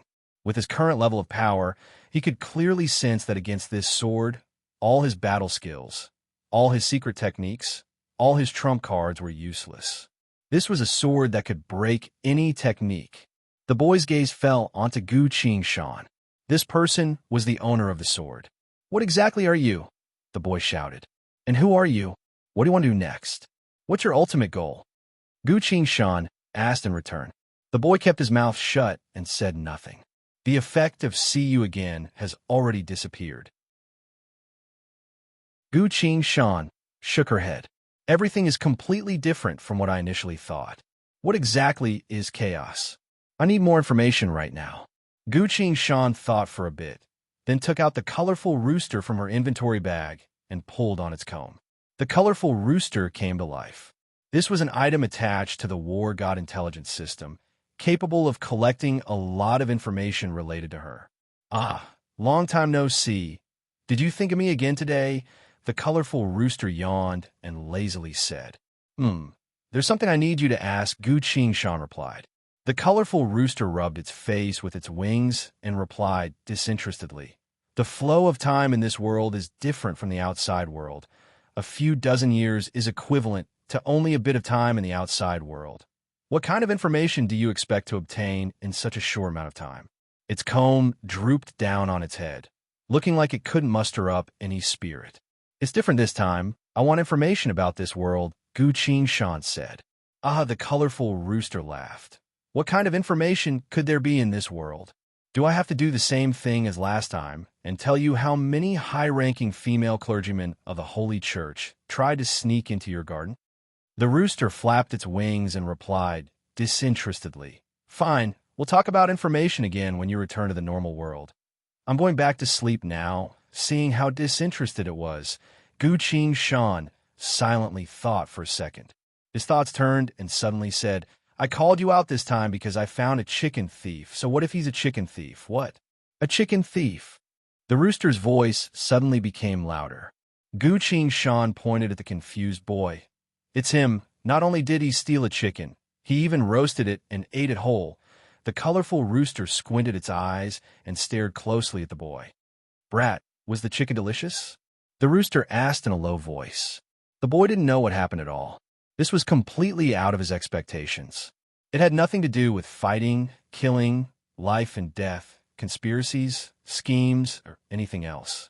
Then what's with this chicken? I'm the envoy of chaos, a legendary figure destined to conquer this world. For someone like me. So what if I eat a chicken? The boy puffed out his chest and replied, It was delicious. I ate it all. What about it? The colorful rooster said nothing. His coxcomb slowly stood up. Chapter 10:16. As the rooster's comb stood up, an indescribable pressure manifested from the rooster's body. What's going on? The boy suddenly felt an indescribable chill. The rooster glanced at the boy and spoke in a hooligan tone. Ah, why are you speaking so loudly? This brat probably hasn't been in society for a long time. Old Gu, aren't you going to teach him a lesson? Gu Qing Shan shrugged and replied innocently. I've only just caught him. I still don't know where he came from, the rooster impatiently replied. All right, let's not waste any more time. Just prepare this amount for me this time. He extended his wings and made a heart shape. This is how much soul points? Gu Qing Shan hesitantly asked. You don't even know that? The rooster was surprised. I don't. Gu Qing Shan was a bit embarrassed. With our relationship, how much do you think his information is worth? Just give it to me as you see fit, the rooster generously replied. Gu Qing Shan silently thought that this rooster was quite a bit of a gangster, since he didn't give a lot of soul points each time, and since it was such a crucial time, he generously put his hand on the rooster's body, directly gave him 10,000 soul points. After receiving this much soul points, the rooster's entire body became different. A faint golden glow appeared on his body. The rooster's comb turned bright red. Brother, you're a great friend. Leave it to me. I guarantee to find out everything about this brat's past life. The rooster patted his chest and said. Then I'll have to trouble you, Gu Qing Shan said. He waved his hand to arrange a complicated warning formation. Although there wasn't anything that could be guarded against, he still maintained high vigilance during crucial moments like this. At this point, the colorful rooster had stretched his long neck to look at the endless void of space. This brat is a returnee, the rooster said. Returnee. Hearing this name, Gu Qing Shan's heart skipped a beat. However, this information was already very valuable. The rooster continued. He was too cowardly, never daring to leave the inner plane. Only when the inner plane was completely destroyed did he use his final secret technique to give up everything and escape from the inner plane, but he was forced to reincarnate in a dangerous situation. He didn't make enough preparations, so his memories were completely sealed. I'm afraid it'll be very difficult for him to awaken in this lifetime. That's why he summoned the chaos of the inner plane ahead of time, using the price of joining the chaos faction to obtain the protection of chaos. This world is one of the most inconspicuous of the parallel worlds. Chaos helped him reincarnate here, preparing to help him gradually become stronger. From here, he would spread chaos all the way to billions of worlds, ultimately destroying all of them. He is already in a half-awakened state. The 5 secondary envoys of chaos that he sent out are thinking of ways to become stronger. The stronger they are, the faster this boy will awaken. Gu Qingshan immediately asked, "Are they in a subordinate relationship?" The rooster shook his head. That's not the case at all. On the contrary, due to the competition for benefits, they might even turn against each other. But because this Ritter Nie managed to send out 5 envoys at once, as long as these 5 continue to grow stronger, chaos will help him awaken. Gu Qingshan asked, "That sounds like a kind of reward indeed." "That's exactly it," the rooster replied seriously. Gu Qingshan asked, "If I kill him and the envoys, will I be able to end chaos?" The envoys of chaos have the ability to spread the seeds of chaos, but these people are still in their weakest state, which is why they were captured by you. In truth, once chaos descends, it will not end. If I kill him, what exactly will happen? Gu Qingshan asked. The rooster replied, "You will turn into an envoy of chaos. You will be unable to help yourself from spreading chaos. So you must be careful. Chaos is something that I cannot fathom." After warning her, the colorful rooster slowly turned back into a statue, no longer moving or speaking. At this point, the ground began to tremble. Gu Qingshan silently sensed it for a while. He could faintly sense the anger of the remnant will of the world. Obviously, the remnant will of the world was able to know everything that happened in this world. It also heard the colorful rooster's words. If chaos can't be stopped, then what's the point of everything? Gu Qingshan deeply felt the despair of the remnant will of the world. There's no need to hurry. There's still a chance in this situation. Gu Qingshan consoled him. The trembling of the ground slowly stopped. Everything returned to normal. Gu Qingshan thought for a bit and said, "Shanu, keep an eye on him. As soon as he tries anything out of the ordinary, kill him." "Yes, Gongzi," Shanu's voice came from the sword. The boy had been silently listening, but now he showed a fearless smile and said, "You already know the truth, and you still dare to treat me like this?" Gu Qingshan looked at him and said nothing. It really is a bit troublesome. There's no value in killing this guy. Instead, I'll become an envoy of chaos. There are too many uncertainties, so there's no way for me to come up with a countermeasure. Gu Qingshan carefully thought for a bit and suddenly recalled something. The colorful rooster was attached to the war god intelligence. Its ability was to obtain information from the void of space. And the war god UI itself had the ability to answer questions. It couldn't obtain information by itself, but it knew a lot of hidden knowledge. "War god UI," he silently called out in his mind. Ping! A clear chime resounded. "I'm here," the war god UI replied. "If I kill the envoy of chaos, will I become an envoy of chaos?" Gu Qingshan asked. "Thank you for 10 soul points. The answer is yes. Then what if I kill myself?" Gu Qingshan asked again. The war god UI paused briefly, then replied, "That's a strange idea, but I have to say, even if you kill yourself, chaos won't be affected. It will find its envoy again. Also, thank you for 10 soul points. Is there really no way to end chaos? Chaos will never cease. Thank you for 10 soul points." Gu Qingshan went silent for a while. Seeing his expression, the boy became even more prideful and smirked. "You idiot, you've run out of ideas, haven't you? Let me go, I'll dash, bam." An autumn water-like blue sword abruptly swung horizontally and struck his head. The boy was instantly knocked unconscious. A cold female voice resounded from the sword. "Gongzi has never been an idiot." Gu Qingshan glanced at it, pondered, then asked the war god UI, Both you and I once carried the Demon King order. Indeed, the war god UI replied. At the time, you were able to remove the Demon King order from my body, Gu Qingshan replied. Indeed. Then what about chaos? Removing it requires 100,000 soul points, just like when you removed Origin on the snowy peak of the old gods. Answering the above 3 questions, you've already paid me 30 soul points, the war god UI replied. Hearing this, Gu Qingshan felt assured. But why is that? Gu Qingshan thought of something and asked again, is chaos also a type of order? Not at all. Chaos is the enemy of order. The two of them are constantly fighting each other. So that's how it is. But what exactly are they? They are chaos and order. You understand my question. Can you answer it directly? No, you don't understand why I'm avoiding this question. Because I'm not qualified to receive the corresponding answer? Correct. Answering the above 4 questions will cost you 40 soul points, Gu Qingshan sighed. I won't be able to find out the most fundamental truth. But now, it's not like I'm completely out of ideas. Keep an eye on him for now. Contact me if anything happens, he told the 6 Paths Great Mountain Sword. Yes, Gongzi, don't worry. Go ahead, Shanu's voice came from the sword.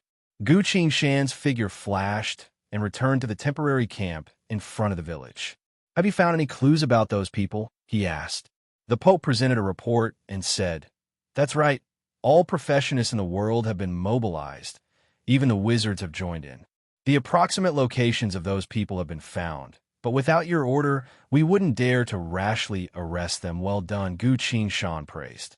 He received the report, memorized their locations, and disappeared from the temporary camp again. These guys still haven't matured, so killing them right now is the best choice. After dealing with them, I'll think about how to deal with the boy. 1,000 miles in a single breath. Gu Qingshan quickly arrived at the location of a secondary envoy of chaos. He silently hovered in the air, silently observing this person. This person's legs were a bit weak. He was limping and moving very slowly, but wherever he went, all things would wither away. The ground behind him had turned into a lifeless black. Gu Qingshan remained expressionless. The earth sword appeared behind him and flashed. The person didn't even have time to react before he was slashed from head to toe. A line of glowing text appeared on the war god. UI, frowny face, you've killed a monster that contained a large amount of soul points. Although you're much stronger than it, its ability to destroy infinite worlds far exceeds yours. Considering this situation, you can't simply assume that you've killed a weakling. During this battle, the war god UI will absorb the corresponding amount of soul points for you. You've obtained 10,000 soul points. Gu Qingshan looked at these notifications in surprise. Indeed, when I returned from the age of old, I brought back quite a bit of soul points. But I can't just sit around and eat all the time. It's always better to have some income. This way, I'll be able to replenish the soul points that the rooster took away. That's not bad. While he was thinking, 2 more lines of glowing text appeared on the war god. UI, frowny face, attention. You're about to load the chaos. Plague. 1 minute later, you'll become a primary level envoy of Plague. Chapter 1017. Gu Qingshan stood in the air, silently waiting. 1 minute.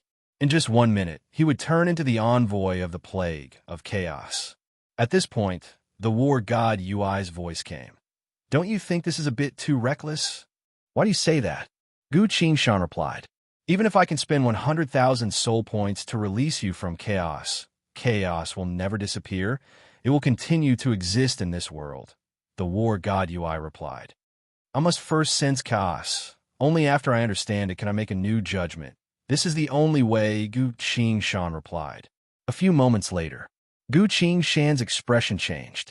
He saw a green UI appearing out of nowhere in front of him. This UI was very simple. With only 2 lines of green text on it, frowny face, you must first spread the plague among living beings in order to understand the wonders of chaos. Everything will begin from that moment. Reading these 2 lines of text, Gu Qingshan sensed something. He sensed some sort of power being bestowed upon him. He opened his palm. A cluster of green flames silently hovered above Gu Qingshan's palm. Plague, Gu Qingshan muttered. Somehow, he understood how to control and spread this plague. Plague was like a power that belonged solely to him, an innate power. How miraculous. This is a bit different from order, although I don't agree with spreading the plague, Gu Qin muttered. At this point, a few lines of glowing text appeared on the war god UI. Drawing his attention, frowny face, it's nothing but a pile of trash. No need to pay attention to it. Gu Qin was speechless. Speaking of which, this secondary chaos really isn't that strong, especially when compared to the other secondary chaos. Gu Qinshan's thoughts moved. He flew to the sky, trying to determine the location of the next secondary envoy of chaos. All of a sudden, he used ground shrink and vanished from the sky. A graveyard. Gu Qinshan appeared. Not too far in front of him, a figure was digging up a grave, about to cut off the corpse's limbs. Gu Qinshan didn't say anything and focused his thoughts. A stream of light flashed. The figure was sliced into several pieces and lost all signs of life on the spot. A new notification popped up on the War God UI. You killed the Limb Envoy. This is the power of chaos, even stronger than the Plague Envoy. So you've obtained 30,000 soul points. Attention, in 1 minute, you will be loaded with chaos. Limb Stump. Gu Qinshan waited for a minute. Another interface appeared in the void in front of him. This was a gray interface. Compared to the Plague interface, there were a few more options, but they were all locked and could not be used. A few lines of prompts appeared on the interface. Plague Emissary. Although your actions are out of the norm, they represent the true meaning of chaos. You will be able to use the power of the limbless chaos. First, you need to provide enough limbs for chaos. Gu Qinshan watched for a while. He took to the sky and continued to search for the next envoy of chaos. Not long after, he found the right direction according to the information. Gu Qinshan disappeared from the sky. He directly appeared in a city. In a certain dark alleyway, Gu Qinshan found the third envoy of chaos. This person didn't do anything other than silently leaning against a wall. He had an inexplicable smile on his face. Gu Qinshan released his inner sight to observe and found that everyone within a 1-kilometer radius was already dead. Did you kill them? Gu Qinshan walked forward and asked. It wasn't me, the man smiled. I don't kill people, I don't believe you. Gu Qinshan refuted him. A sword phantom flashed, illuminating the entire alleyway. The man was instantly sliced into nothingness by a single strike from Gu Qinshan. Gu Qinshan checked the War God UI out of habit. Sure enough, a new notification popped up, frowny face. This is an envoy of chaos with great potential. The power he wields is 7 sins. 7 sins? Gu Qinshan asked with interest. The War God UI replied. Indeed, wherever he is, he will trigger the original sin of living beings, causing living beings to kill each other. In the future, this ability will develop into a powerful mystic-type law. As you've killed such a monster, you've obtained a generous amount of soul points. You've obtained 200,000 soul points. After deducting 10 soul points from answering your question, you've obtained 199,990 soul points. Attention, after 1 minute, you'll carry the 7 sins of chaos. Gu Qinshan stood still and waited. A minute later, a 7-colored UI appeared, arranged below the War God UI. Lines of notifications had already appeared on this UI. Frowny face, you've grasped the true meaning of chaos. True chaos ignores all factions. In consideration of your strength, you'll be able to use the power of the 7 sins of chaos. When you wish to activate it, it will silently exert its power in the minds of living beings. Please use the 7 sins as the main power of chaos, as it is currently the most powerful of the several types of chaos you've collected. Gu Qinshan shook his head. He recalled the location of the next secondary envoy of chaos. A few moments later, he disappeared from the dark alleyway. Time slowly passed. Not too long after, Gu Qinshan finished what he wanted to do. The remaining 2 secondary envoys of chaos also couldn't escape the fate of being killed by Gu Qinshan. At this point, Gu Qinshan had collected 5 types of chaos, which were frowny face chaos, plague chaos, severed limbs, chaos. 7 sins, chaos. Chaotic times, chaos. Massacre. Gu Qingshan looked at the void of space in front of him, then couldn't help but shake his head. What's the matter? The Earth Sword asked. It's been killing to its heart's content today. It's nothing. I'm just a bit dizzy, Gu Qingshan replied. Indeed, at this very moment, a total of 6 different colored UIs were silently arranged in the void of space in front of him, almost completely blocking his vision. Outside of the War God UI, the 5 UIs were occasionally resonating. Strange, when I collected 3 or 4 types of chaos, I didn't notice this kind of resonance, Gu Qingshan said in surprise. Suddenly, the War God UI actively spoke up. What a crazy thing to do. I didn't think you'd go this far. I didn't either. I just wanted to investigate and see if there would be any sort of change when so many levels of chaos are gathered together, Gu Qingshan replied. And the results? The War God UI asked. The results seem to be related to one another, able to resonate with one another. Saying so, Gu Qingshan suddenly thought of something. Wait a minute. If that's the case, he fell into thought. The appearance of the plague would cause the 7 sins of living beings to multiply. The 7 sins of living beings would cause them to kill one another, which would then cause mutilation and massacre.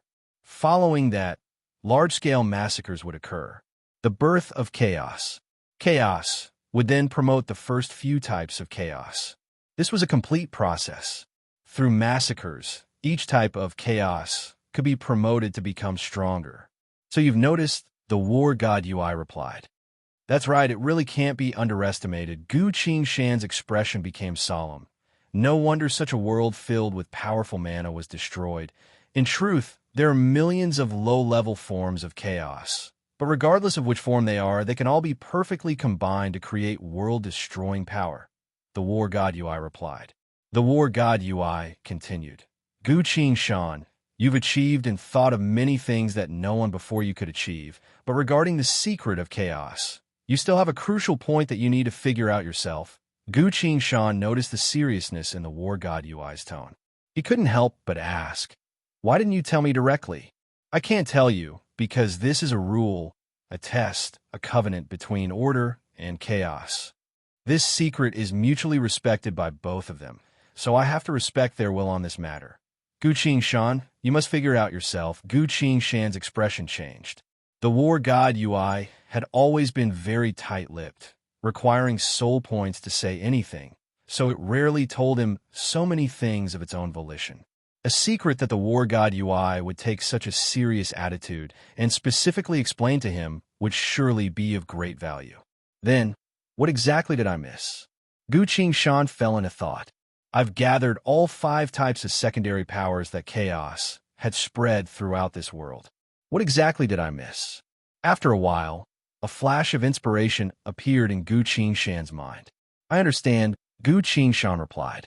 According to the rules, you must tell me, the War God UI replied. Gu Qingshan replied, I've gathered all 5 types of chaos, but I'm still missing one thing. What is it? The one who spread them, the true envoy of chaos who brought them to this world. The War God UI went silent briefly before replying. That is indeed the case. Please remember this book's domain name. Mobile version. Chapter 10:18. Gu Qingshan's gaze fell onto the void of space in front of her, silently observing the row of 6 UIs. 1 War God, 5 Chaos. The 6 UIs hovered in front of her, a truly wondrous sight. I've told you my answer, so what now? Gu Qingshan asked. The War God UI spoke with a slow and solemn tone. You must consider this carefully, Gu Qingshan. You must consider clearly whether or not you truly need the power of chaos. Gu Qingshan's heart skipped a beat. This sentence had too much meaning. The War God UI doesn't seem to reject me from using the power of chaos. Gu Qingshan couldn't help but ask, what would happen if I collect the power of the envoy of chaos as well? I can't tell you, the War God UI replied. Gu Qingshan grumbled. You can't tell me again? I've already guessed the answer just now, but you still won't tell me anything else, the War God UI replied.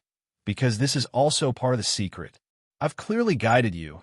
You'll need to see for yourself from now on. Then I'll go take a look, Gu Qing resolutely said.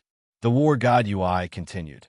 I must remind you, if you truly attempt this, you will need to expend all of your soul points in order to safely pass. The war god Ui told her. Gu Qing froze. All of my soul points will be used up? He carefully pondered for a while before deciding. I can still earn more soul points, but I'm afraid there won't be such a good chance to gather all of them when the envoy of chaos and the chaos he spreads are at their weakest. Indeed.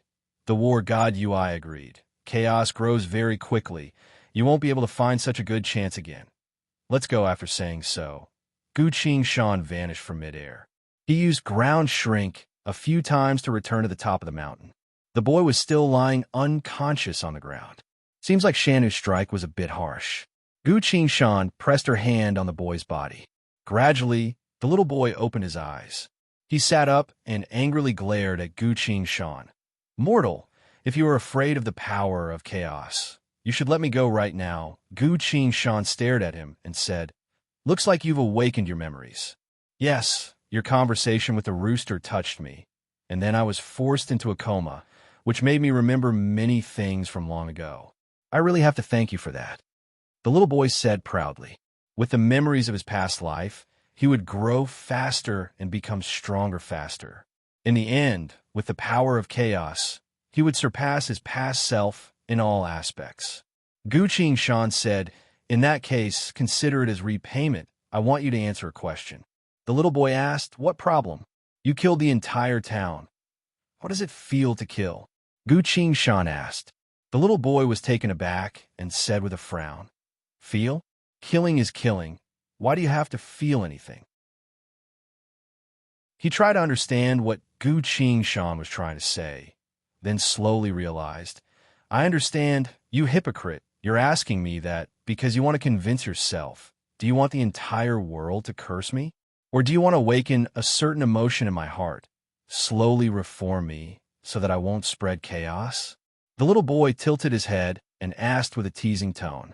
At this moment, he didn't seem like a child at all, but more like a cunning and ruthless character. That's not it, Gu Qing replied. I only want to know how you feel about killing people. Other than that, I don't have any other intentions. The little boy met his eyes and slowly confirmed what he meant. Indeed, he really only wanted to ask this question. What a strange person. But this person has the upper hand. Why would I want to offend him? Wouldn't it be even better if I could turn this person into my own helper? The little boy pondered for a bit, then replied, The lives of mortals are filled with so much pain and suffering. I sent them away from this world filled with pain and suffering. From now on, they no longer have to feel emotions due to the changes in the outside world. This is my selfless sacrifice for them. I don't ask for anything in return. Gu Qing went silent for a bit. What is it? What kind of words are you going to use to convince me? The little boy showed an expression of anticipation and asked. Gu Qing replied, You're actually right. The little boy was surprised. Gu Qing continued, Ever since the apocalypse appeared, it has spread to all parallel worlds.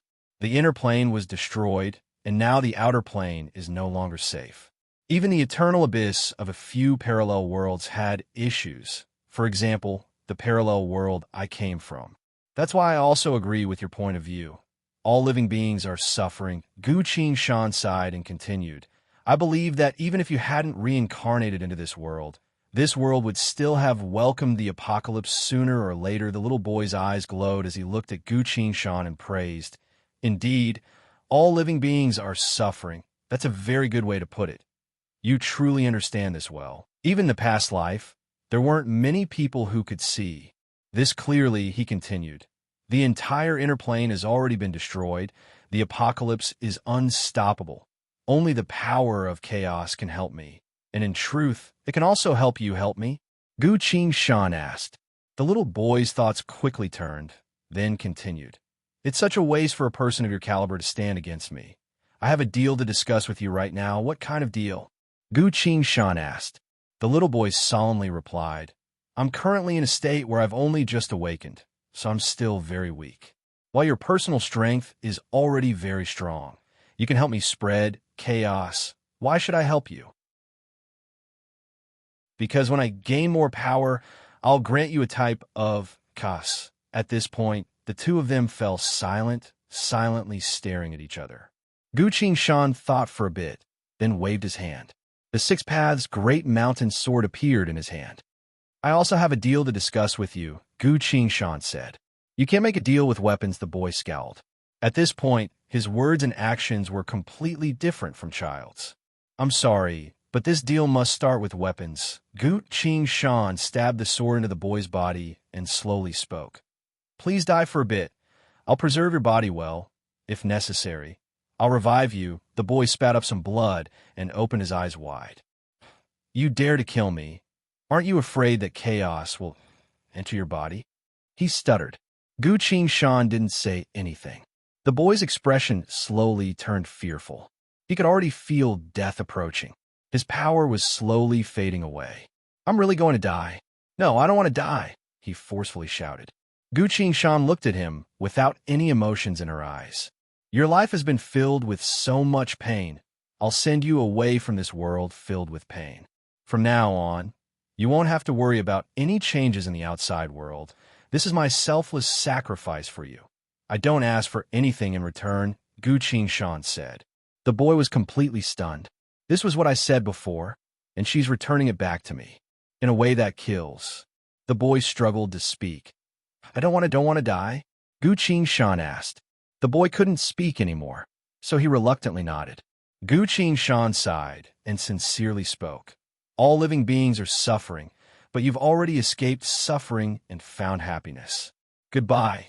The boy finally showed a look of despair. He wanted to say something else, but his vision had already been swallowed by endless darkness. He's dead. P.S. Fellow readers, I'm Firework City. Recommend a free app that supports downloading, listening to books, 0 ads, and multiple reading modes.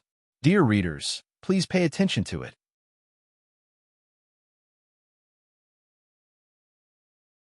Chapter 1019. The boy's head slowly drooped. Gu Qingshan paused. War God UI, you said that you can't tell me that secret, but I've already done it, so what now? He asked. While Gu Qingshan was speaking, the 5 chaos worlds completely disappeared from his sight. Gu Qingshan's vision became empty. Right now, all he could see was the War God UI.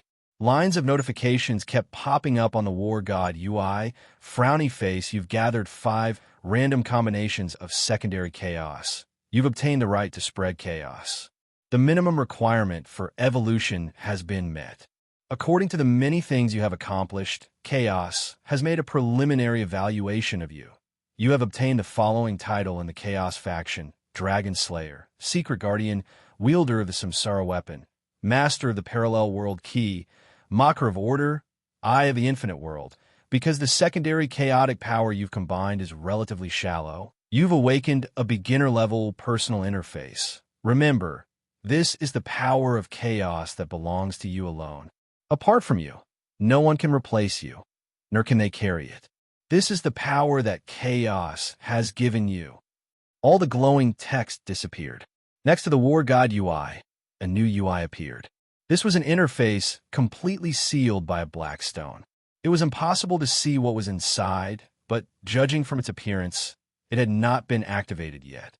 At the top of the interface, there were several lines of small words. Special Chaos Interface. Magic Dragon Slayer. Unique. Please infuse 100,000 soul points into this interface to activate this personal interface. Please note that this individual's attribute panel has endless evolution directions. Titles and characteristics will also change continuously, as long as you are strong enough.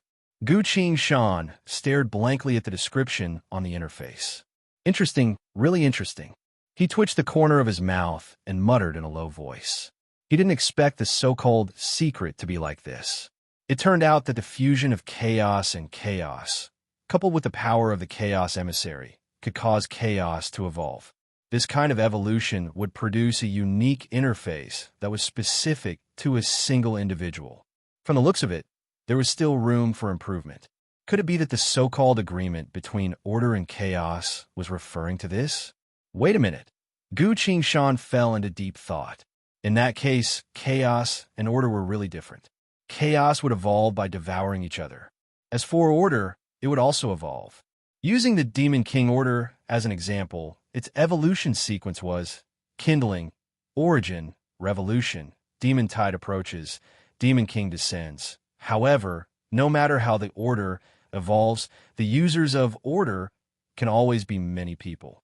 Everyone could carry and use order, just like in his past life, as well as the order users in the fallen zones. Chaos was different. After the chaos evolution, it would become a custom-made personal interface. Only one person can use it. In other words, as long as the owner of chaos evolved to a slightly higher level, they would have their own unique chaos realm. War God UI. What exactly is the relationship between order and chaos? Guqing Shan could not help but ask. The War God UI replied. They're fighting each other, 10 soul points as a reward. Guqing Shan nodded silently. Honestly, chaos was more to his liking. Due to the uniqueness of the UI, high-ranked chaos was actually very mysterious. As long as I don't say anything, no one would be able to find out about me. But order also had its advantages. Order could issue a large-scale mission to many people at once, focusing everyone's efforts on a single task. For example, back in Tree's Collection World, the 2 million demonized people all received a mission from the Demon King order to kill him. All I can say is that each of them had their own unique characteristics. The War God UI's voice sounded again, frowny face, Guqing Shan. You've obtained your own unique power of chaos. You may now open it. Guqing Shan pondered. I remember you telling me that as long as I attempt this, I'll have to expend all of my soul points to escape it? Correct. Guqing Shan thought briefly, then said, Then I'll return it. What do you mean? The War God UI asked. Guqing Shan clasped her hands together and spoke flatteringly. As you can see, I didn't expend any soul points to open it. I've now roughly understood the unique power of chaos, so I don't need to see anything else. Please leave a bit of soul points for me. The War God UI went silent briefly before replying. If that's the case, I can leave a bit of soul points for you, but that would be meaningless. Why not? Guqing Shan asked. The War God UI replied. Even if you don't activate your unique power of chaos, and let me take it out, it wouldn't be destroyed and would instead scatter to another location, unable to leave this world. Isn't this an illusory world? Could this chaos be real? Indeed, the remains of this parallel world contain chaos. Not only is it real, but it had also destroyed this parallel world. So you must win against chaos in order for the remnant will of this parallel world to listen to your orders and leave with you. So that's how it is. No wonder I sense that this UI contains a unique power. It doesn't feel like something illusory. Guqing Shan nodded. Standing on top of the mountain, he looked up at the void of space around him. This world that was filled with supernatural powers and had an incredibly bright future was completely destroyed by chaos. The remnant will of this parallel world was unwilling to accept this. However, chaos cannot be killed. Chaos will always exist, and it will never be extinguished. This Magic Dragon Slayer UI in front of me is the target that I must defeat. What should I do to defeat it? Guqing Shan silently thought. The sky slowly darkened. Dawn arrived. The sun rose, then set again. The world returned to its usual darkness. The second night passed. The first ray of dawn shone brightly. Guqing Shan stood there for 2 days and 2 nights without moving a single step. When the morning dew once again soaked his sleeves, he slowly regained his senses from his contemplation. War God UI, Guqing Shan replied. I am with you, the UI replied. I have a question. Thank you for 10 soul points. Ask away. Can order be created? The War God UI went silent. After a long while, the War God UI asked in return, Why did you think of creating order? Order and chaos oppose each other. When this world has order, I will be able to bring them into balance. Guqing Shan pondered for a bit, then continued. The world will grow and develop because of balance. It will not be destroyed, the War God UI replied. This is a very impressive strategy, but regretfully, you are unable to achieve this. You mean I am unable to achieve this with my current strength? Guqing Shan asked. Indeed, order is not something that you can create, the War God UI replied. Gu Qing Shan fell silent again. After a long while of thought, he suddenly looked up at the sky. Perhaps this can be done? Gu Qing Shan took a deep breath, looked up, and loudly asked, "Do you want revenge?" A few moments later, suddenly, a deafening clap of thunder rang out in the sky. The remnant will of the parallel world was constantly paying attention to Gu Qing Shan's movements. So, as soon as Gu Qing Shan called out, it immediately responded. Gu Qing Shan loudly spoke again. "Very well. This is what I'm thinking. If you and I can fight side by side, we will be able to win against chaos. Are you willing to do this with me?" Boom! A blinding bolt of lightning descended from above, exploding in the void of space outside the barren mountain. The remnant will of the parallel world roared angrily. Gu Qing Shan nodded in satisfaction. "Very well, Shanu, you will stand guard here and take care of this Returnese corpse. Yes." Gongzi Gu Qing Shan looked up at the sky again. "If that's the case, leave the rest to me." He leaped high into the sky and flew into the distance. Flying, constantly flying. Gu Qing Shan headed towards the center of this world's civilization, the Grand Tower of the Wizardry Association. Very rarely, the war god Ui asked, "Gu Qing Shan, what do you intend to do?" The corner of Gu Qing Shan's lips curled up. "It's nothing much, but I'm very familiar with the concept of order," he replied. Chapter 10:20. Within the ruins of this parallel world, there was a gigantic tower that connected heaven and earth. The Wizard Tower. It recorded all of the world's knowledge that had been discovered, including humanity's own progress. Gu Qing Shan hovered in the void of space outside the Wizard Tower, exuding immense spirit energy fluctuations. Thanks to the conversion, from the perspective of the people of this world, what he was exuding wasn't spirit energy, but pure white holy power. Immediately, 12 wizards flew up and stood in front of him. To show their respect, they didn't dare to stand at the same height as Gu Qing Shan, instead standing a bit lower than him. The chairman of the Wizard Association, the white-haired old wizard, led the wizards and bowed to Gu Qing Shan.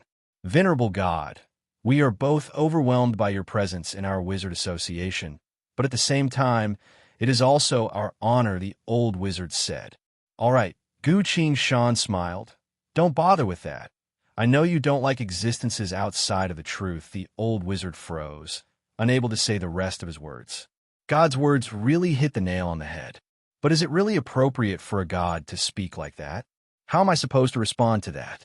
Gu Qing Shan ignored his reaction and continued. "I'm here to take a look at the knowledge you've gathered," the old wizard hurriedly said. "O omnipotent and omniscient God, what kind of knowledge do you need?" "I'll have my people prepare it right away." Gu Qing Shan silently chuckled. This old man's words have a hidden meaning. On one hand, he's calling me an omnipotent and omniscient God, but on the other hand, he's mocking me. Aren't you an omnipotent and omniscient God? Why do you want to take a look at the knowledge we've gathered? Gu Qing Shan didn't want to argue with him, nor did he like to kill weaklings to show off his might. He simply said, "I need all the knowledge related to human extraordinaires." "Understood. We will prepare it right away," the old wizard respectfully replied. Gu Qing Shan only nodded and stood still in the air.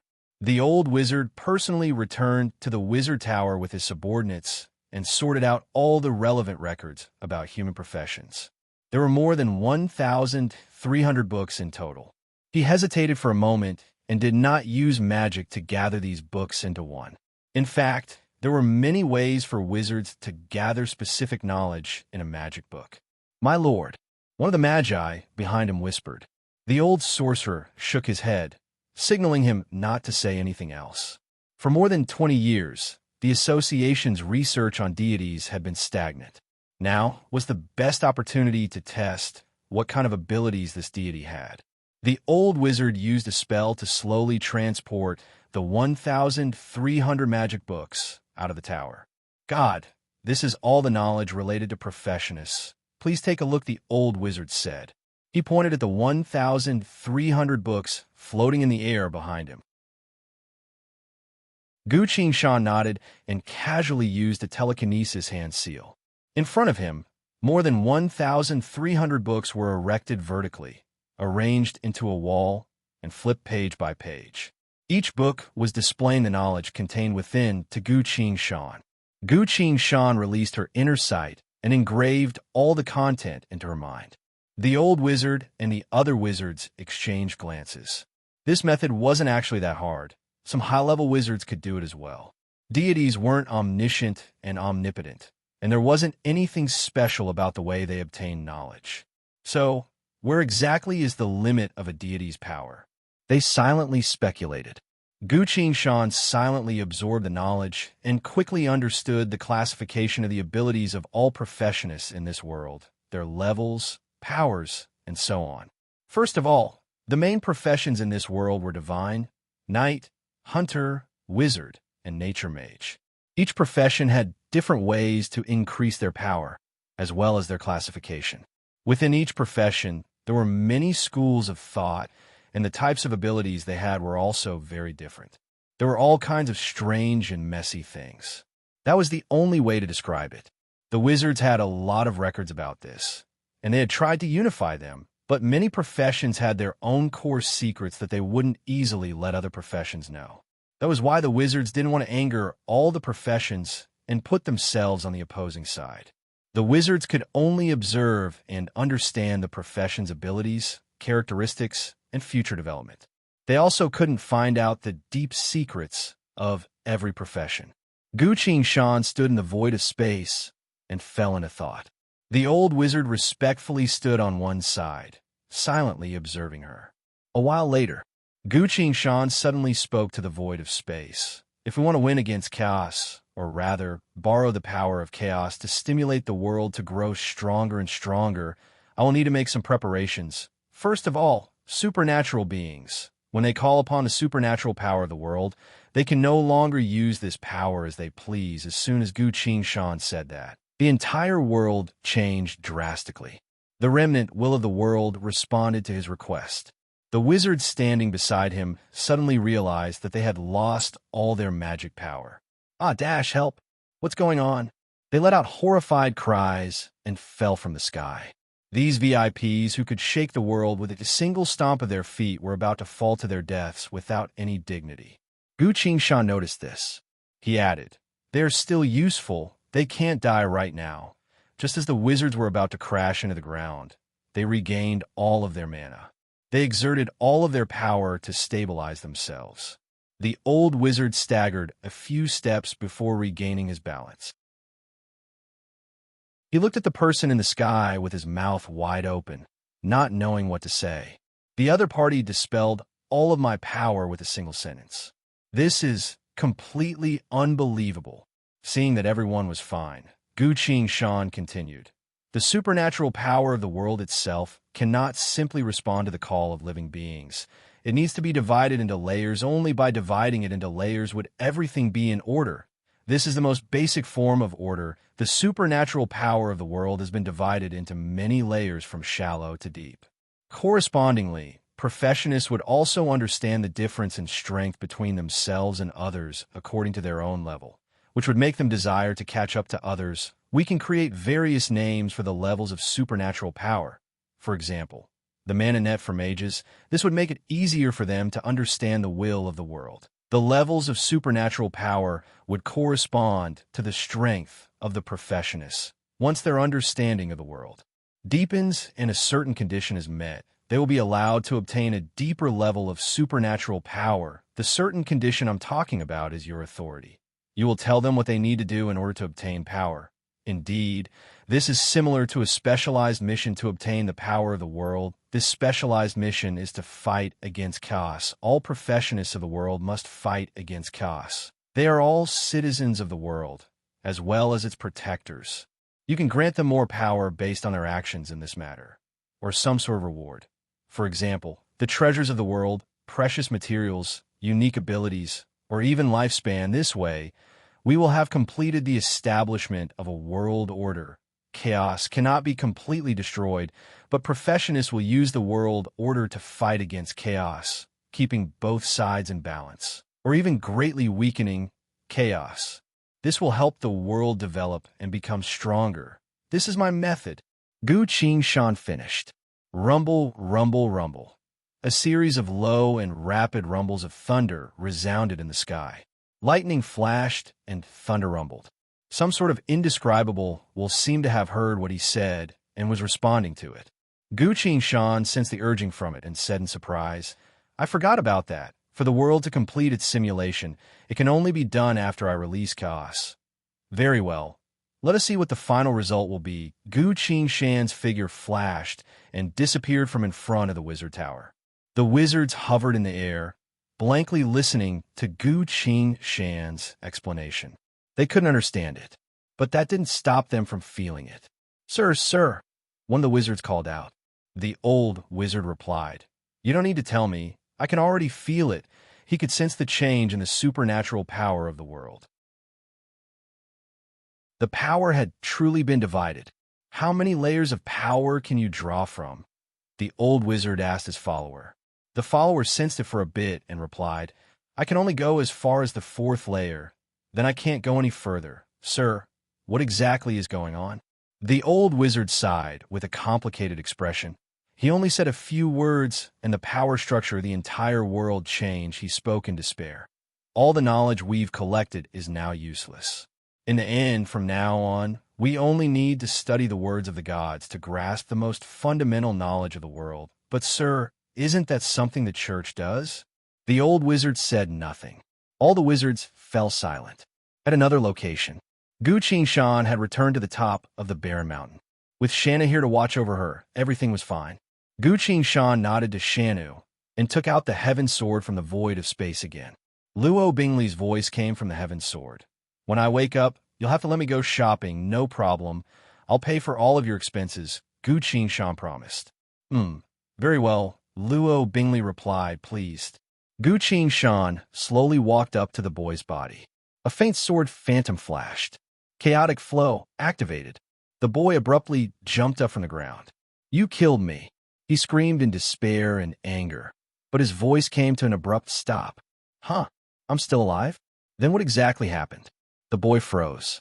Gu Qinshan put the heaven sword away and casually told him, Relax, I've already told you.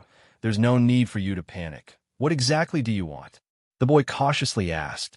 Nothing from now on. You can do whatever you want, Gu Qinshan replied. The boy froze. This person wanted to kill me before, but now she's acting like she doesn't care about anything. What's going on? Staring closely at Gu Qinshan, the boy was filled with worry. He suddenly recalled what she said before. Please die for a while. I'll preserve your body well. If necessary, I'll resurrect you.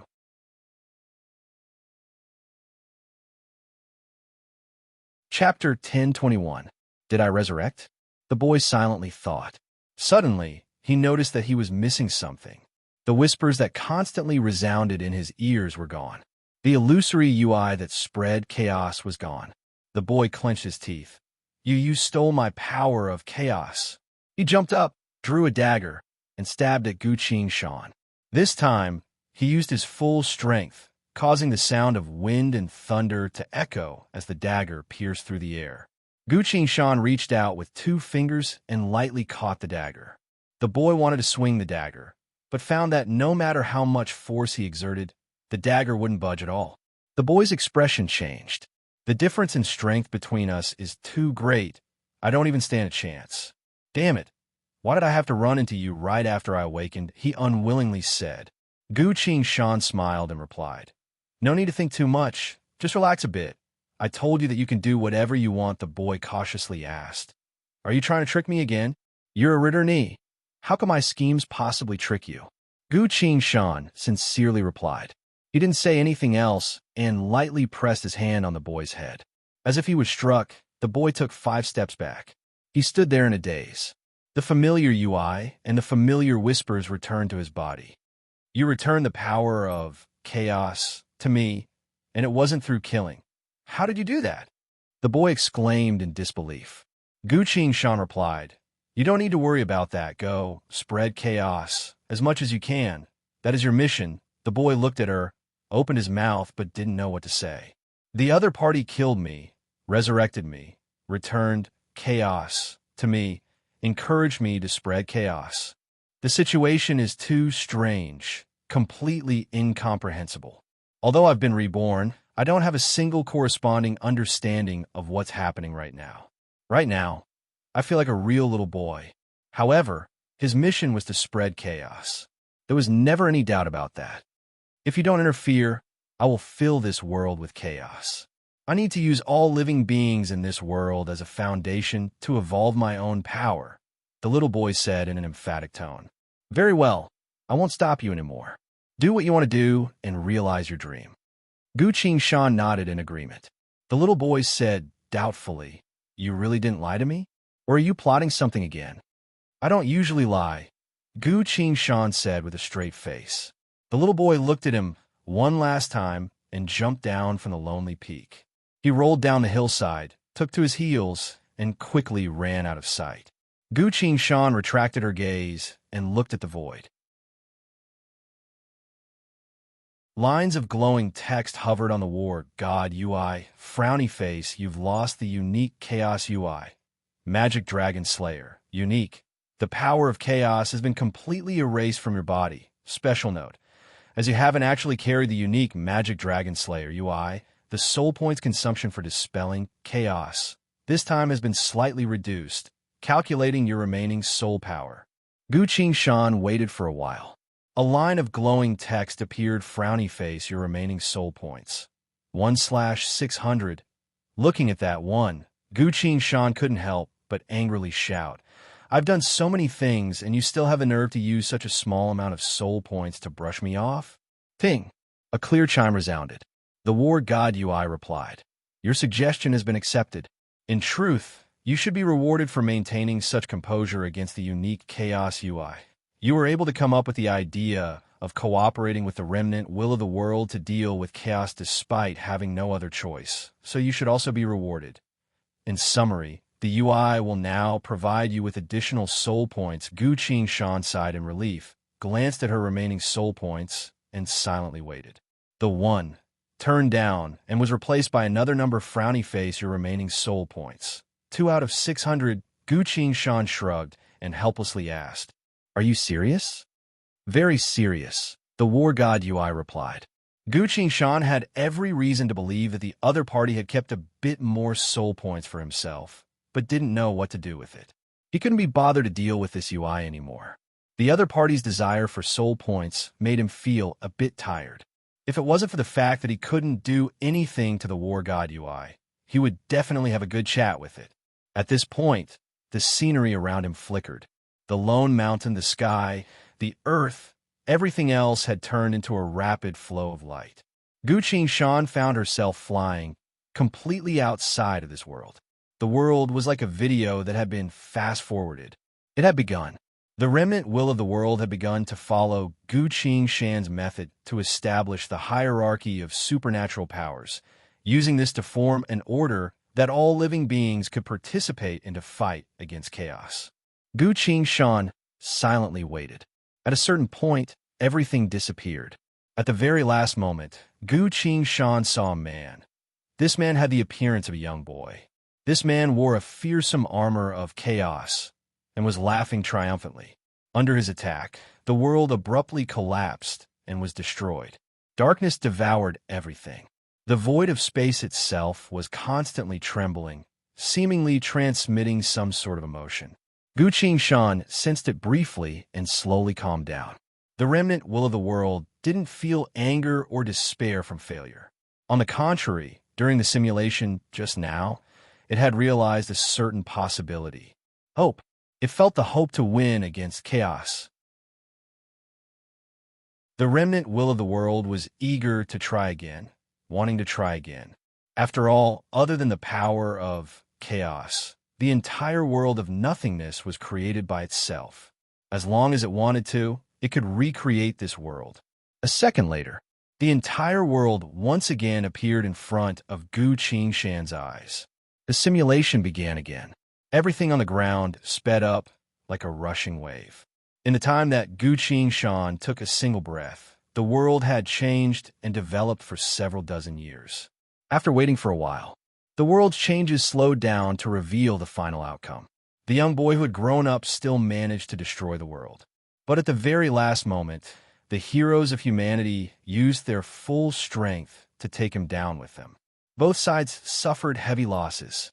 Gu Shan praised, "You've improved very quickly. I think you'll be able to win against chaos." Next time, the void of space began to tremble, as if excitedly responding to him. Time was reversed. Everything began again, from the moment that Gu Shan left this world. Gu Shan also felt a bit emotional. This was only the weakest envoy of chaos, yet it took so much effort to deal with it. What if the one who possessed chaos was some sort of terrifying and powerful monster who would be able to stop it from spreading chaos? Gu Shan shook his head and stopped thinking about it. In front of his eyes, everything in the world had sped up. The final outcome was about to be revealed. The world's development was gradually slowing down.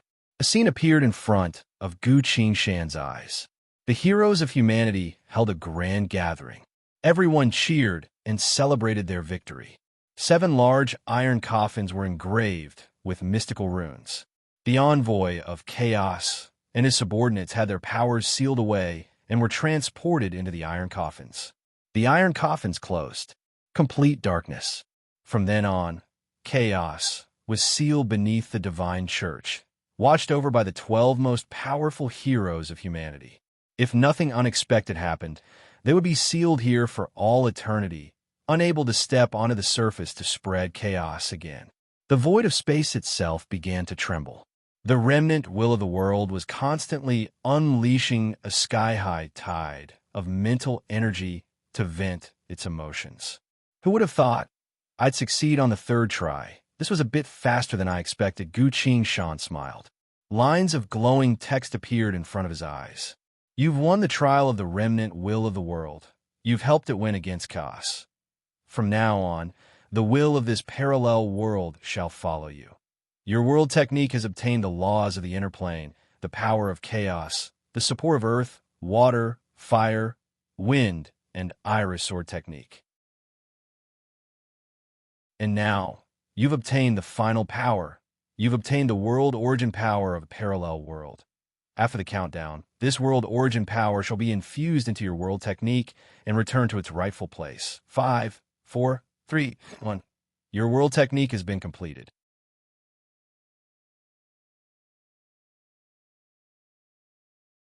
Chapter 10:22. The 900 million world layers. The fallen zones. Every world had already been destroyed.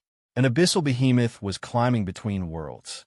Its body was so huge that from the perspective of the world, all they could see was a giant foot descending from the sky and stomping down on the ground. When the entire ground collapsed, the foot had already lifted up and was moving towards the next world. This abyssal behemoth was moving extremely quickly without stopping, quickly crossing over half of the fallen zones and heading towards the strife zones. Occasionally, it would also stop between worlds. For example, right now. Wait a moment, a male and female voice resounded, then continued. Strange, I've already killed all the carriers of order. Why are there still intelligent life fluctuations in this world? The streak of light flew across the sky and landed at a certain location in this world. A human body, a half-male, half-female face. The soul shrieker. It quickly entered the ruins of civilization, followed a certain broken path, and reached the deepest part of the ruins. A metal gate that was several feet thick blocked its path. The soul shrieker reached its hand forward, about to attack the gate, but then stopped. Seemingly thinking of something, it placed its hand on the gate, dug its fingers into it, and pulled it back. Boom! The gate was pulled back and left behind. The soul shrieker stood at the gate and looked inside, only to see a young human woman holding a baby in her arms, staring at the soul shrieker with a gaze full of despair. I beg you, spare my child. He's still very young, the woman sobbed. The soul shrieker silently walked forward, looking down at the woman and her child. Answer my question, it spoke with a male voice, then continued. I remember that this world is filled with carriers of the demon king order. Why don't you and your offspring carry the scent of order? The woman replied, Because I'm suffering from incurable disease, I'm about to die, and my child was only born today. No wonder the soul shrieker's male voice disappeared and turned into a female voice. The Demon King order would never care for such worthless lies. The soul shrieker walked forward and reached its hand out. Spare me, no. I'm willing to die, but please spare my child. Sensing death approaching, the woman hugged her child tightly and sobbed. The soul shrieker reached out a finger and lightly pressed its sharp fingernail against the woman's head. Blood immediately gushed out from the woman's forehead. The soul shrieker's female voice replied, "Relax, I won't kill you." The girl looked up and blankly stared at the soul shrieker, unable to understand its true intentions. The soul shrieker looked down at her. Its female voice became even gentler. "You are someone abandoned by order. Your children are people that order didn't expect. You have fulfilled my conditions. You will become the seeds of chaos." The woman held the baby in her arms tightly and asked timidly, "You are willing to let us go?" The soul shrieker replied, "Indeed, as the price, you will have to follow me to the strife zones. I will secretly place you in a certain world. Silently accumulate your strength for the sake of a decisive battle in the future and strive to become stronger." As it spoke, the woman suddenly felt its sharp nails piercing deep into her forehead. Before she fainted, she seemed to see an illusory light screen appear in front of her. Bang! The woman fell heavily to the ground. The soul shrieker stood still and silently stared at the unconscious woman in front of it, as well as the baby in her arms. It gently moved its fingers. Bang! The ruins collapsed on both sides. Light descended from above. The woman and her child slowly floated into the air and flew deeper into the sky, where the abyssal behemoth was hovering. The soul shrieker stared at the gloomy sky until the woman and the baby disappeared into the thick layer of clouds. Its expression was a bit solemn as it stood still without moving, choosing a weak human female and her child to carry chaos. "What is your goal?" A voice resounded behind the soul shrieker. "Because they weren't chosen by order," the soul shrieker replied. "That can't be right. That's definitely not what you think." The voice denied it. The soul shrieker slowly turned around to face the other party. A young man wearing black-rimmed glasses was looking at it with a faint smile on his face. The soul shrieker thought for a bit, then bowed and replied with its male voice, "The Abyssal King, the exiled apostle, the peerless fallen, the greatest above the star crown, the great Lord of infinite origins, for such a minor matter of this humble one to trouble you personally." This humble one truly did not expect. The young man was still smiling, but his tone had changed a bit. "My title is not something you can say? Since when did you dare to not answer my questions?" The soul shrieker spoke with its high-pitched female voice.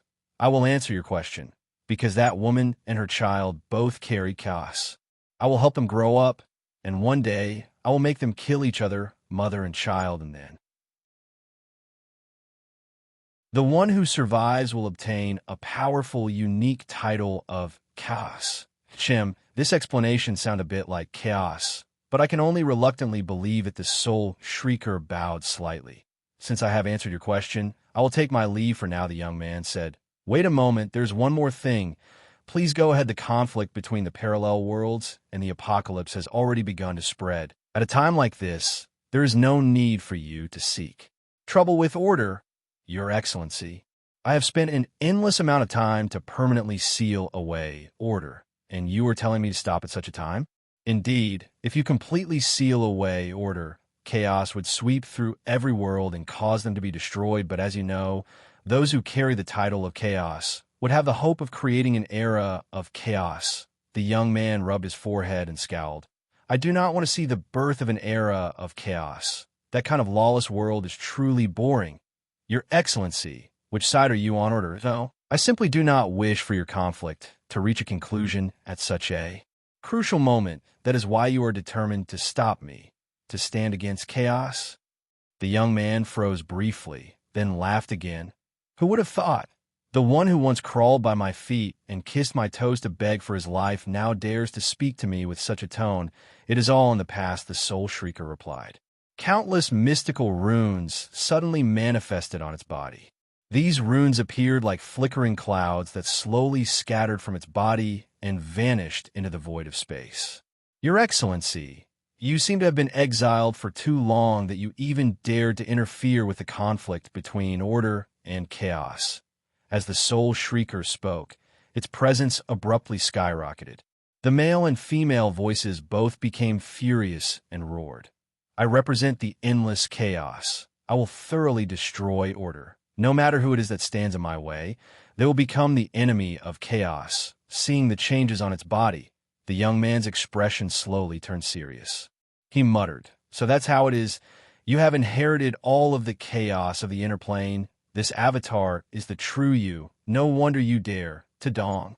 The Soul Shrieker took a step forward. Boundless, gloomy presence filled the air, spread, and enveloped the entire world. The will of chaos. The young man looked at the void of space without a hint of a smile on his face. The Soul Shrieker continued walking towards the young man, its killing intent filling this entire world. My true body, as well as all of chaos, are here. The Soul Shrieker pointed at him and shouted, "And you're only the weakest avatar of my soul. How dare you try to stop me? The crown of the abyss will be shattered in the near future, and even an entity as powerful as you will wither in the face of chaos at another location." The Strife Zones. A certain world. The raging black flames had burned all the monsters to ashes.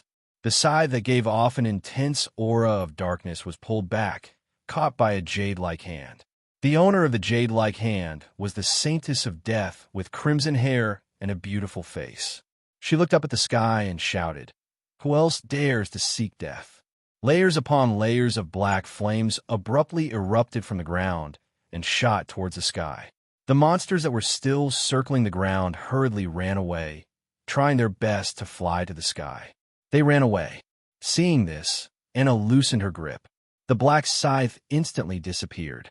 She turned to Soucher and said, "We should immediately." "Huh? Why do you look so pale?" In front of her, Soucher's smooth forehead was covered in a layer of cold sweat as she blankly stared at a card in her hand. This was the Predictor of Fate card from the King of Fate deck. A graveyard was depicted on the surface of the card. The entire mountain was filled with graves. "Leave me, Anna," Soucher said. "What?" Anna asked. "I don't need you to protect me anymore," Soucher replied. "But just look at yourself. You're clearly in the middle of a power transformation, so you're very fragile right now and need someone to protect you," Anna said. "I'll be fine by myself, but if you continue to follow me, you'll die together with me," Soucher replied. Anna was surprised. Soucher seemed to have thought it through and lightly held Anna's face. "The Predictor of Fate card can't be wrong. I'm really going to die this time. Quickly leave, live for me, then help me tell him something." Dash bam. Anna swatted away the opponent's hand and snatched the card back. "You believe that?" She pointed at the graveyard on the card and sternly asked. "Of course, there's no escaping fate," Soucher sighed helplessly. "I ask you, where did this card come from?" Anna leaned close to her face and asked. "It was a card that I exchanged with Gu Qing Shan. I remember telling you about it. Then tell me, what was shown on the card at the time? Why did you exchange the card?" "Because this card said that Qing Shan would become demonized and die." Dash. Anna grabbed Soucher's neck and loudly asked, "So you think that's what fate is? But which one of you died?" Soucher froze. "That's right, we didn't die. Although we did carry the Demon King order, we were all fine in the end. The war between the 900 million world layers and the Demon King order ended with the 900 million world layers victory." "Oomph." Anna let go and complained, "If you keep acting so weak and weak like this, you won't be qualified to be with Qing Shan." "Why wouldn't I be qualified?" "Because I've never seen him bow down before fate," Anna muttered.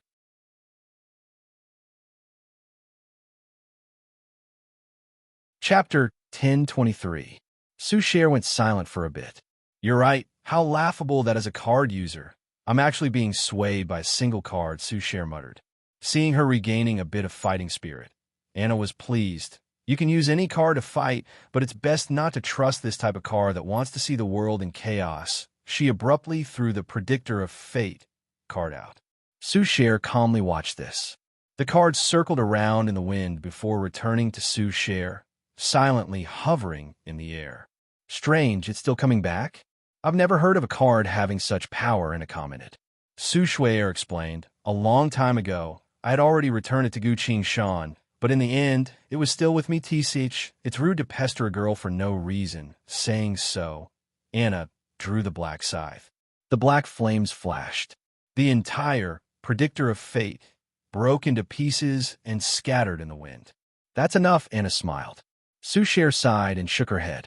She reached her hand out and lightly pulled at the void of space. The card once again appeared in front of them. Anna froze. Strange. My death-raging flames seem to devour everything, she said in disbelief.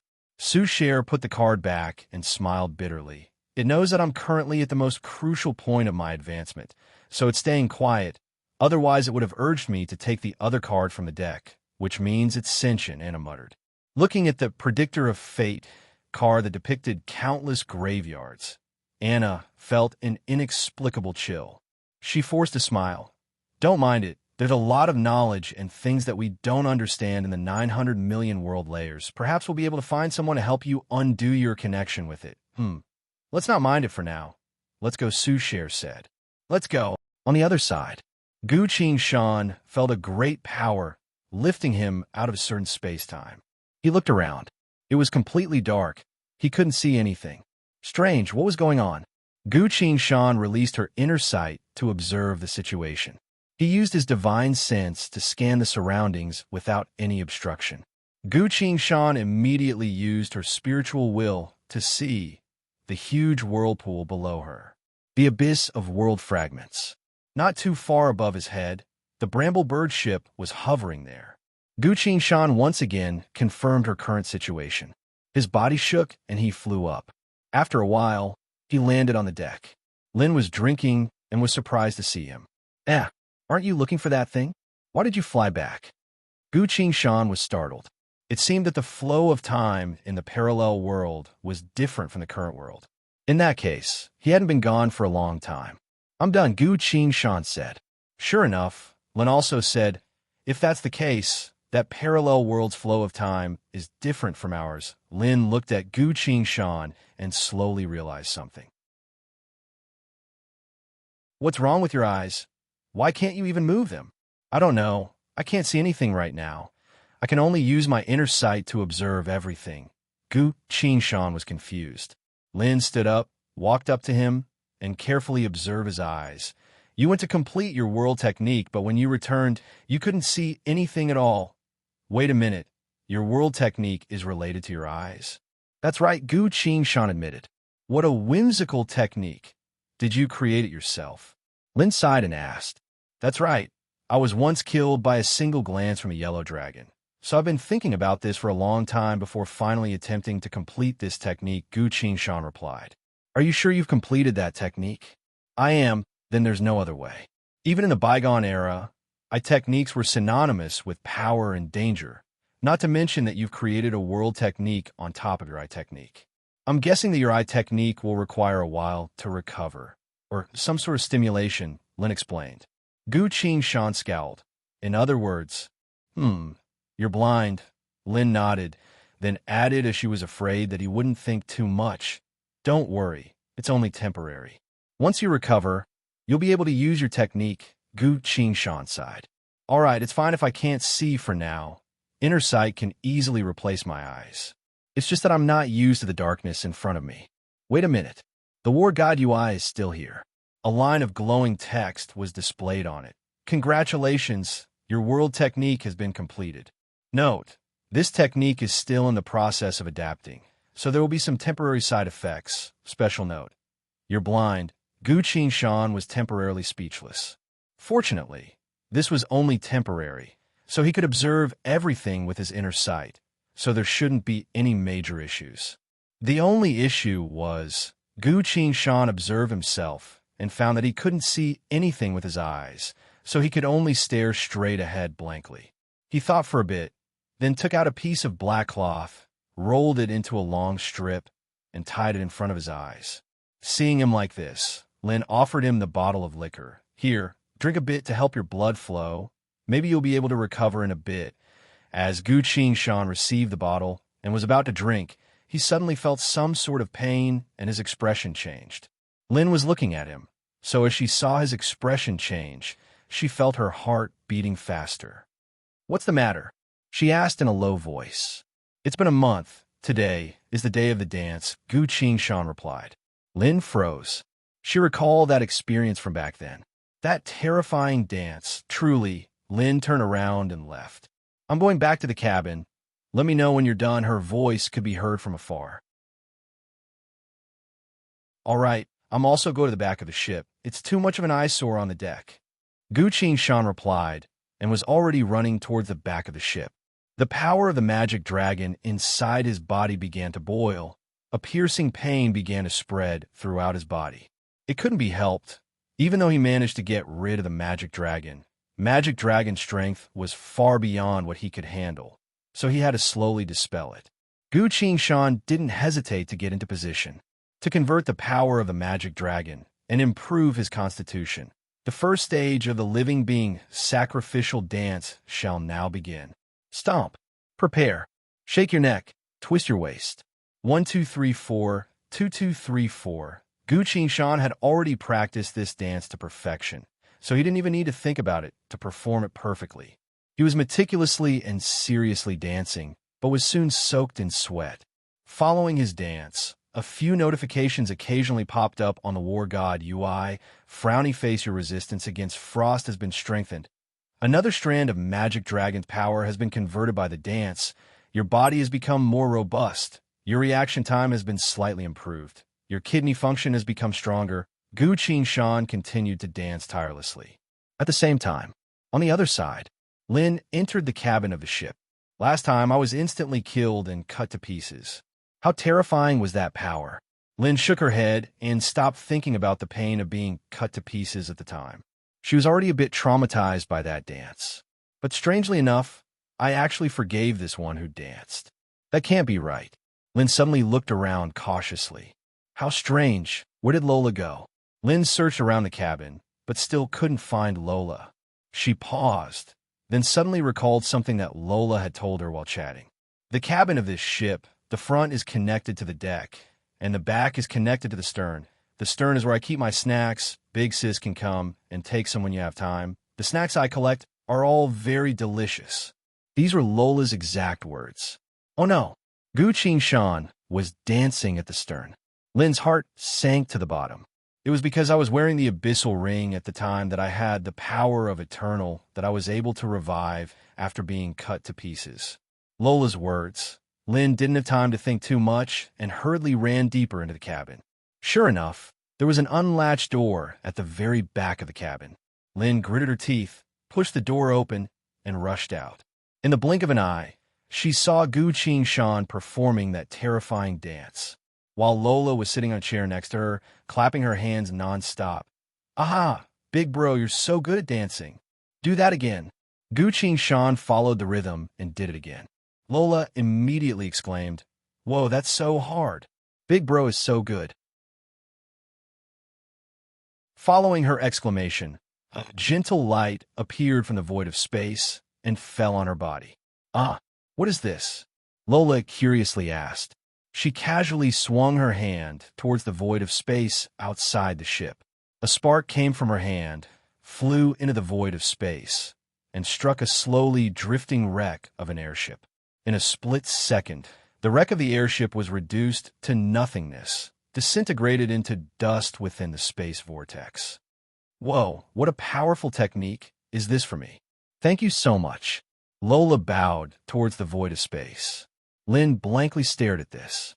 The difference between people is so great that it hurts. Lin didn't say anything, turned around, went back into the cabin, and slammed the door shut. A few moments later, Gu Shan had finally finished this dance.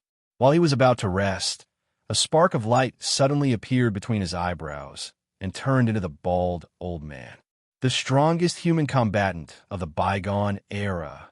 He had finally reappeared. "It's been a while," young one-inch the bald old man said. Gu Shan looked at him and greeted him. "Why did you suddenly appear?" "It's all because of you. Your first dance was already quite good. You've also absorbed most of the surface power of the magic dragon, and now I'm going to tell you that you must begin learning the second dance. Very well. Do I start now? Gu Qing-shan asked. The bald old man's expression was very serious. Not now. During this period of time, you must eat a bit more and prepare your stamina. Only when a certain opportunity presents itself will you be able to learn the second dance. Gu Qing-shan couldn't help but ask. A certain opportunity? Is the second dance that hard? Correct, because it is a multi-person dance that you're tuning into the Warrior Lore YouTube channel. Don't forget to subscribe and join us on this journey to catch the most captivating stories.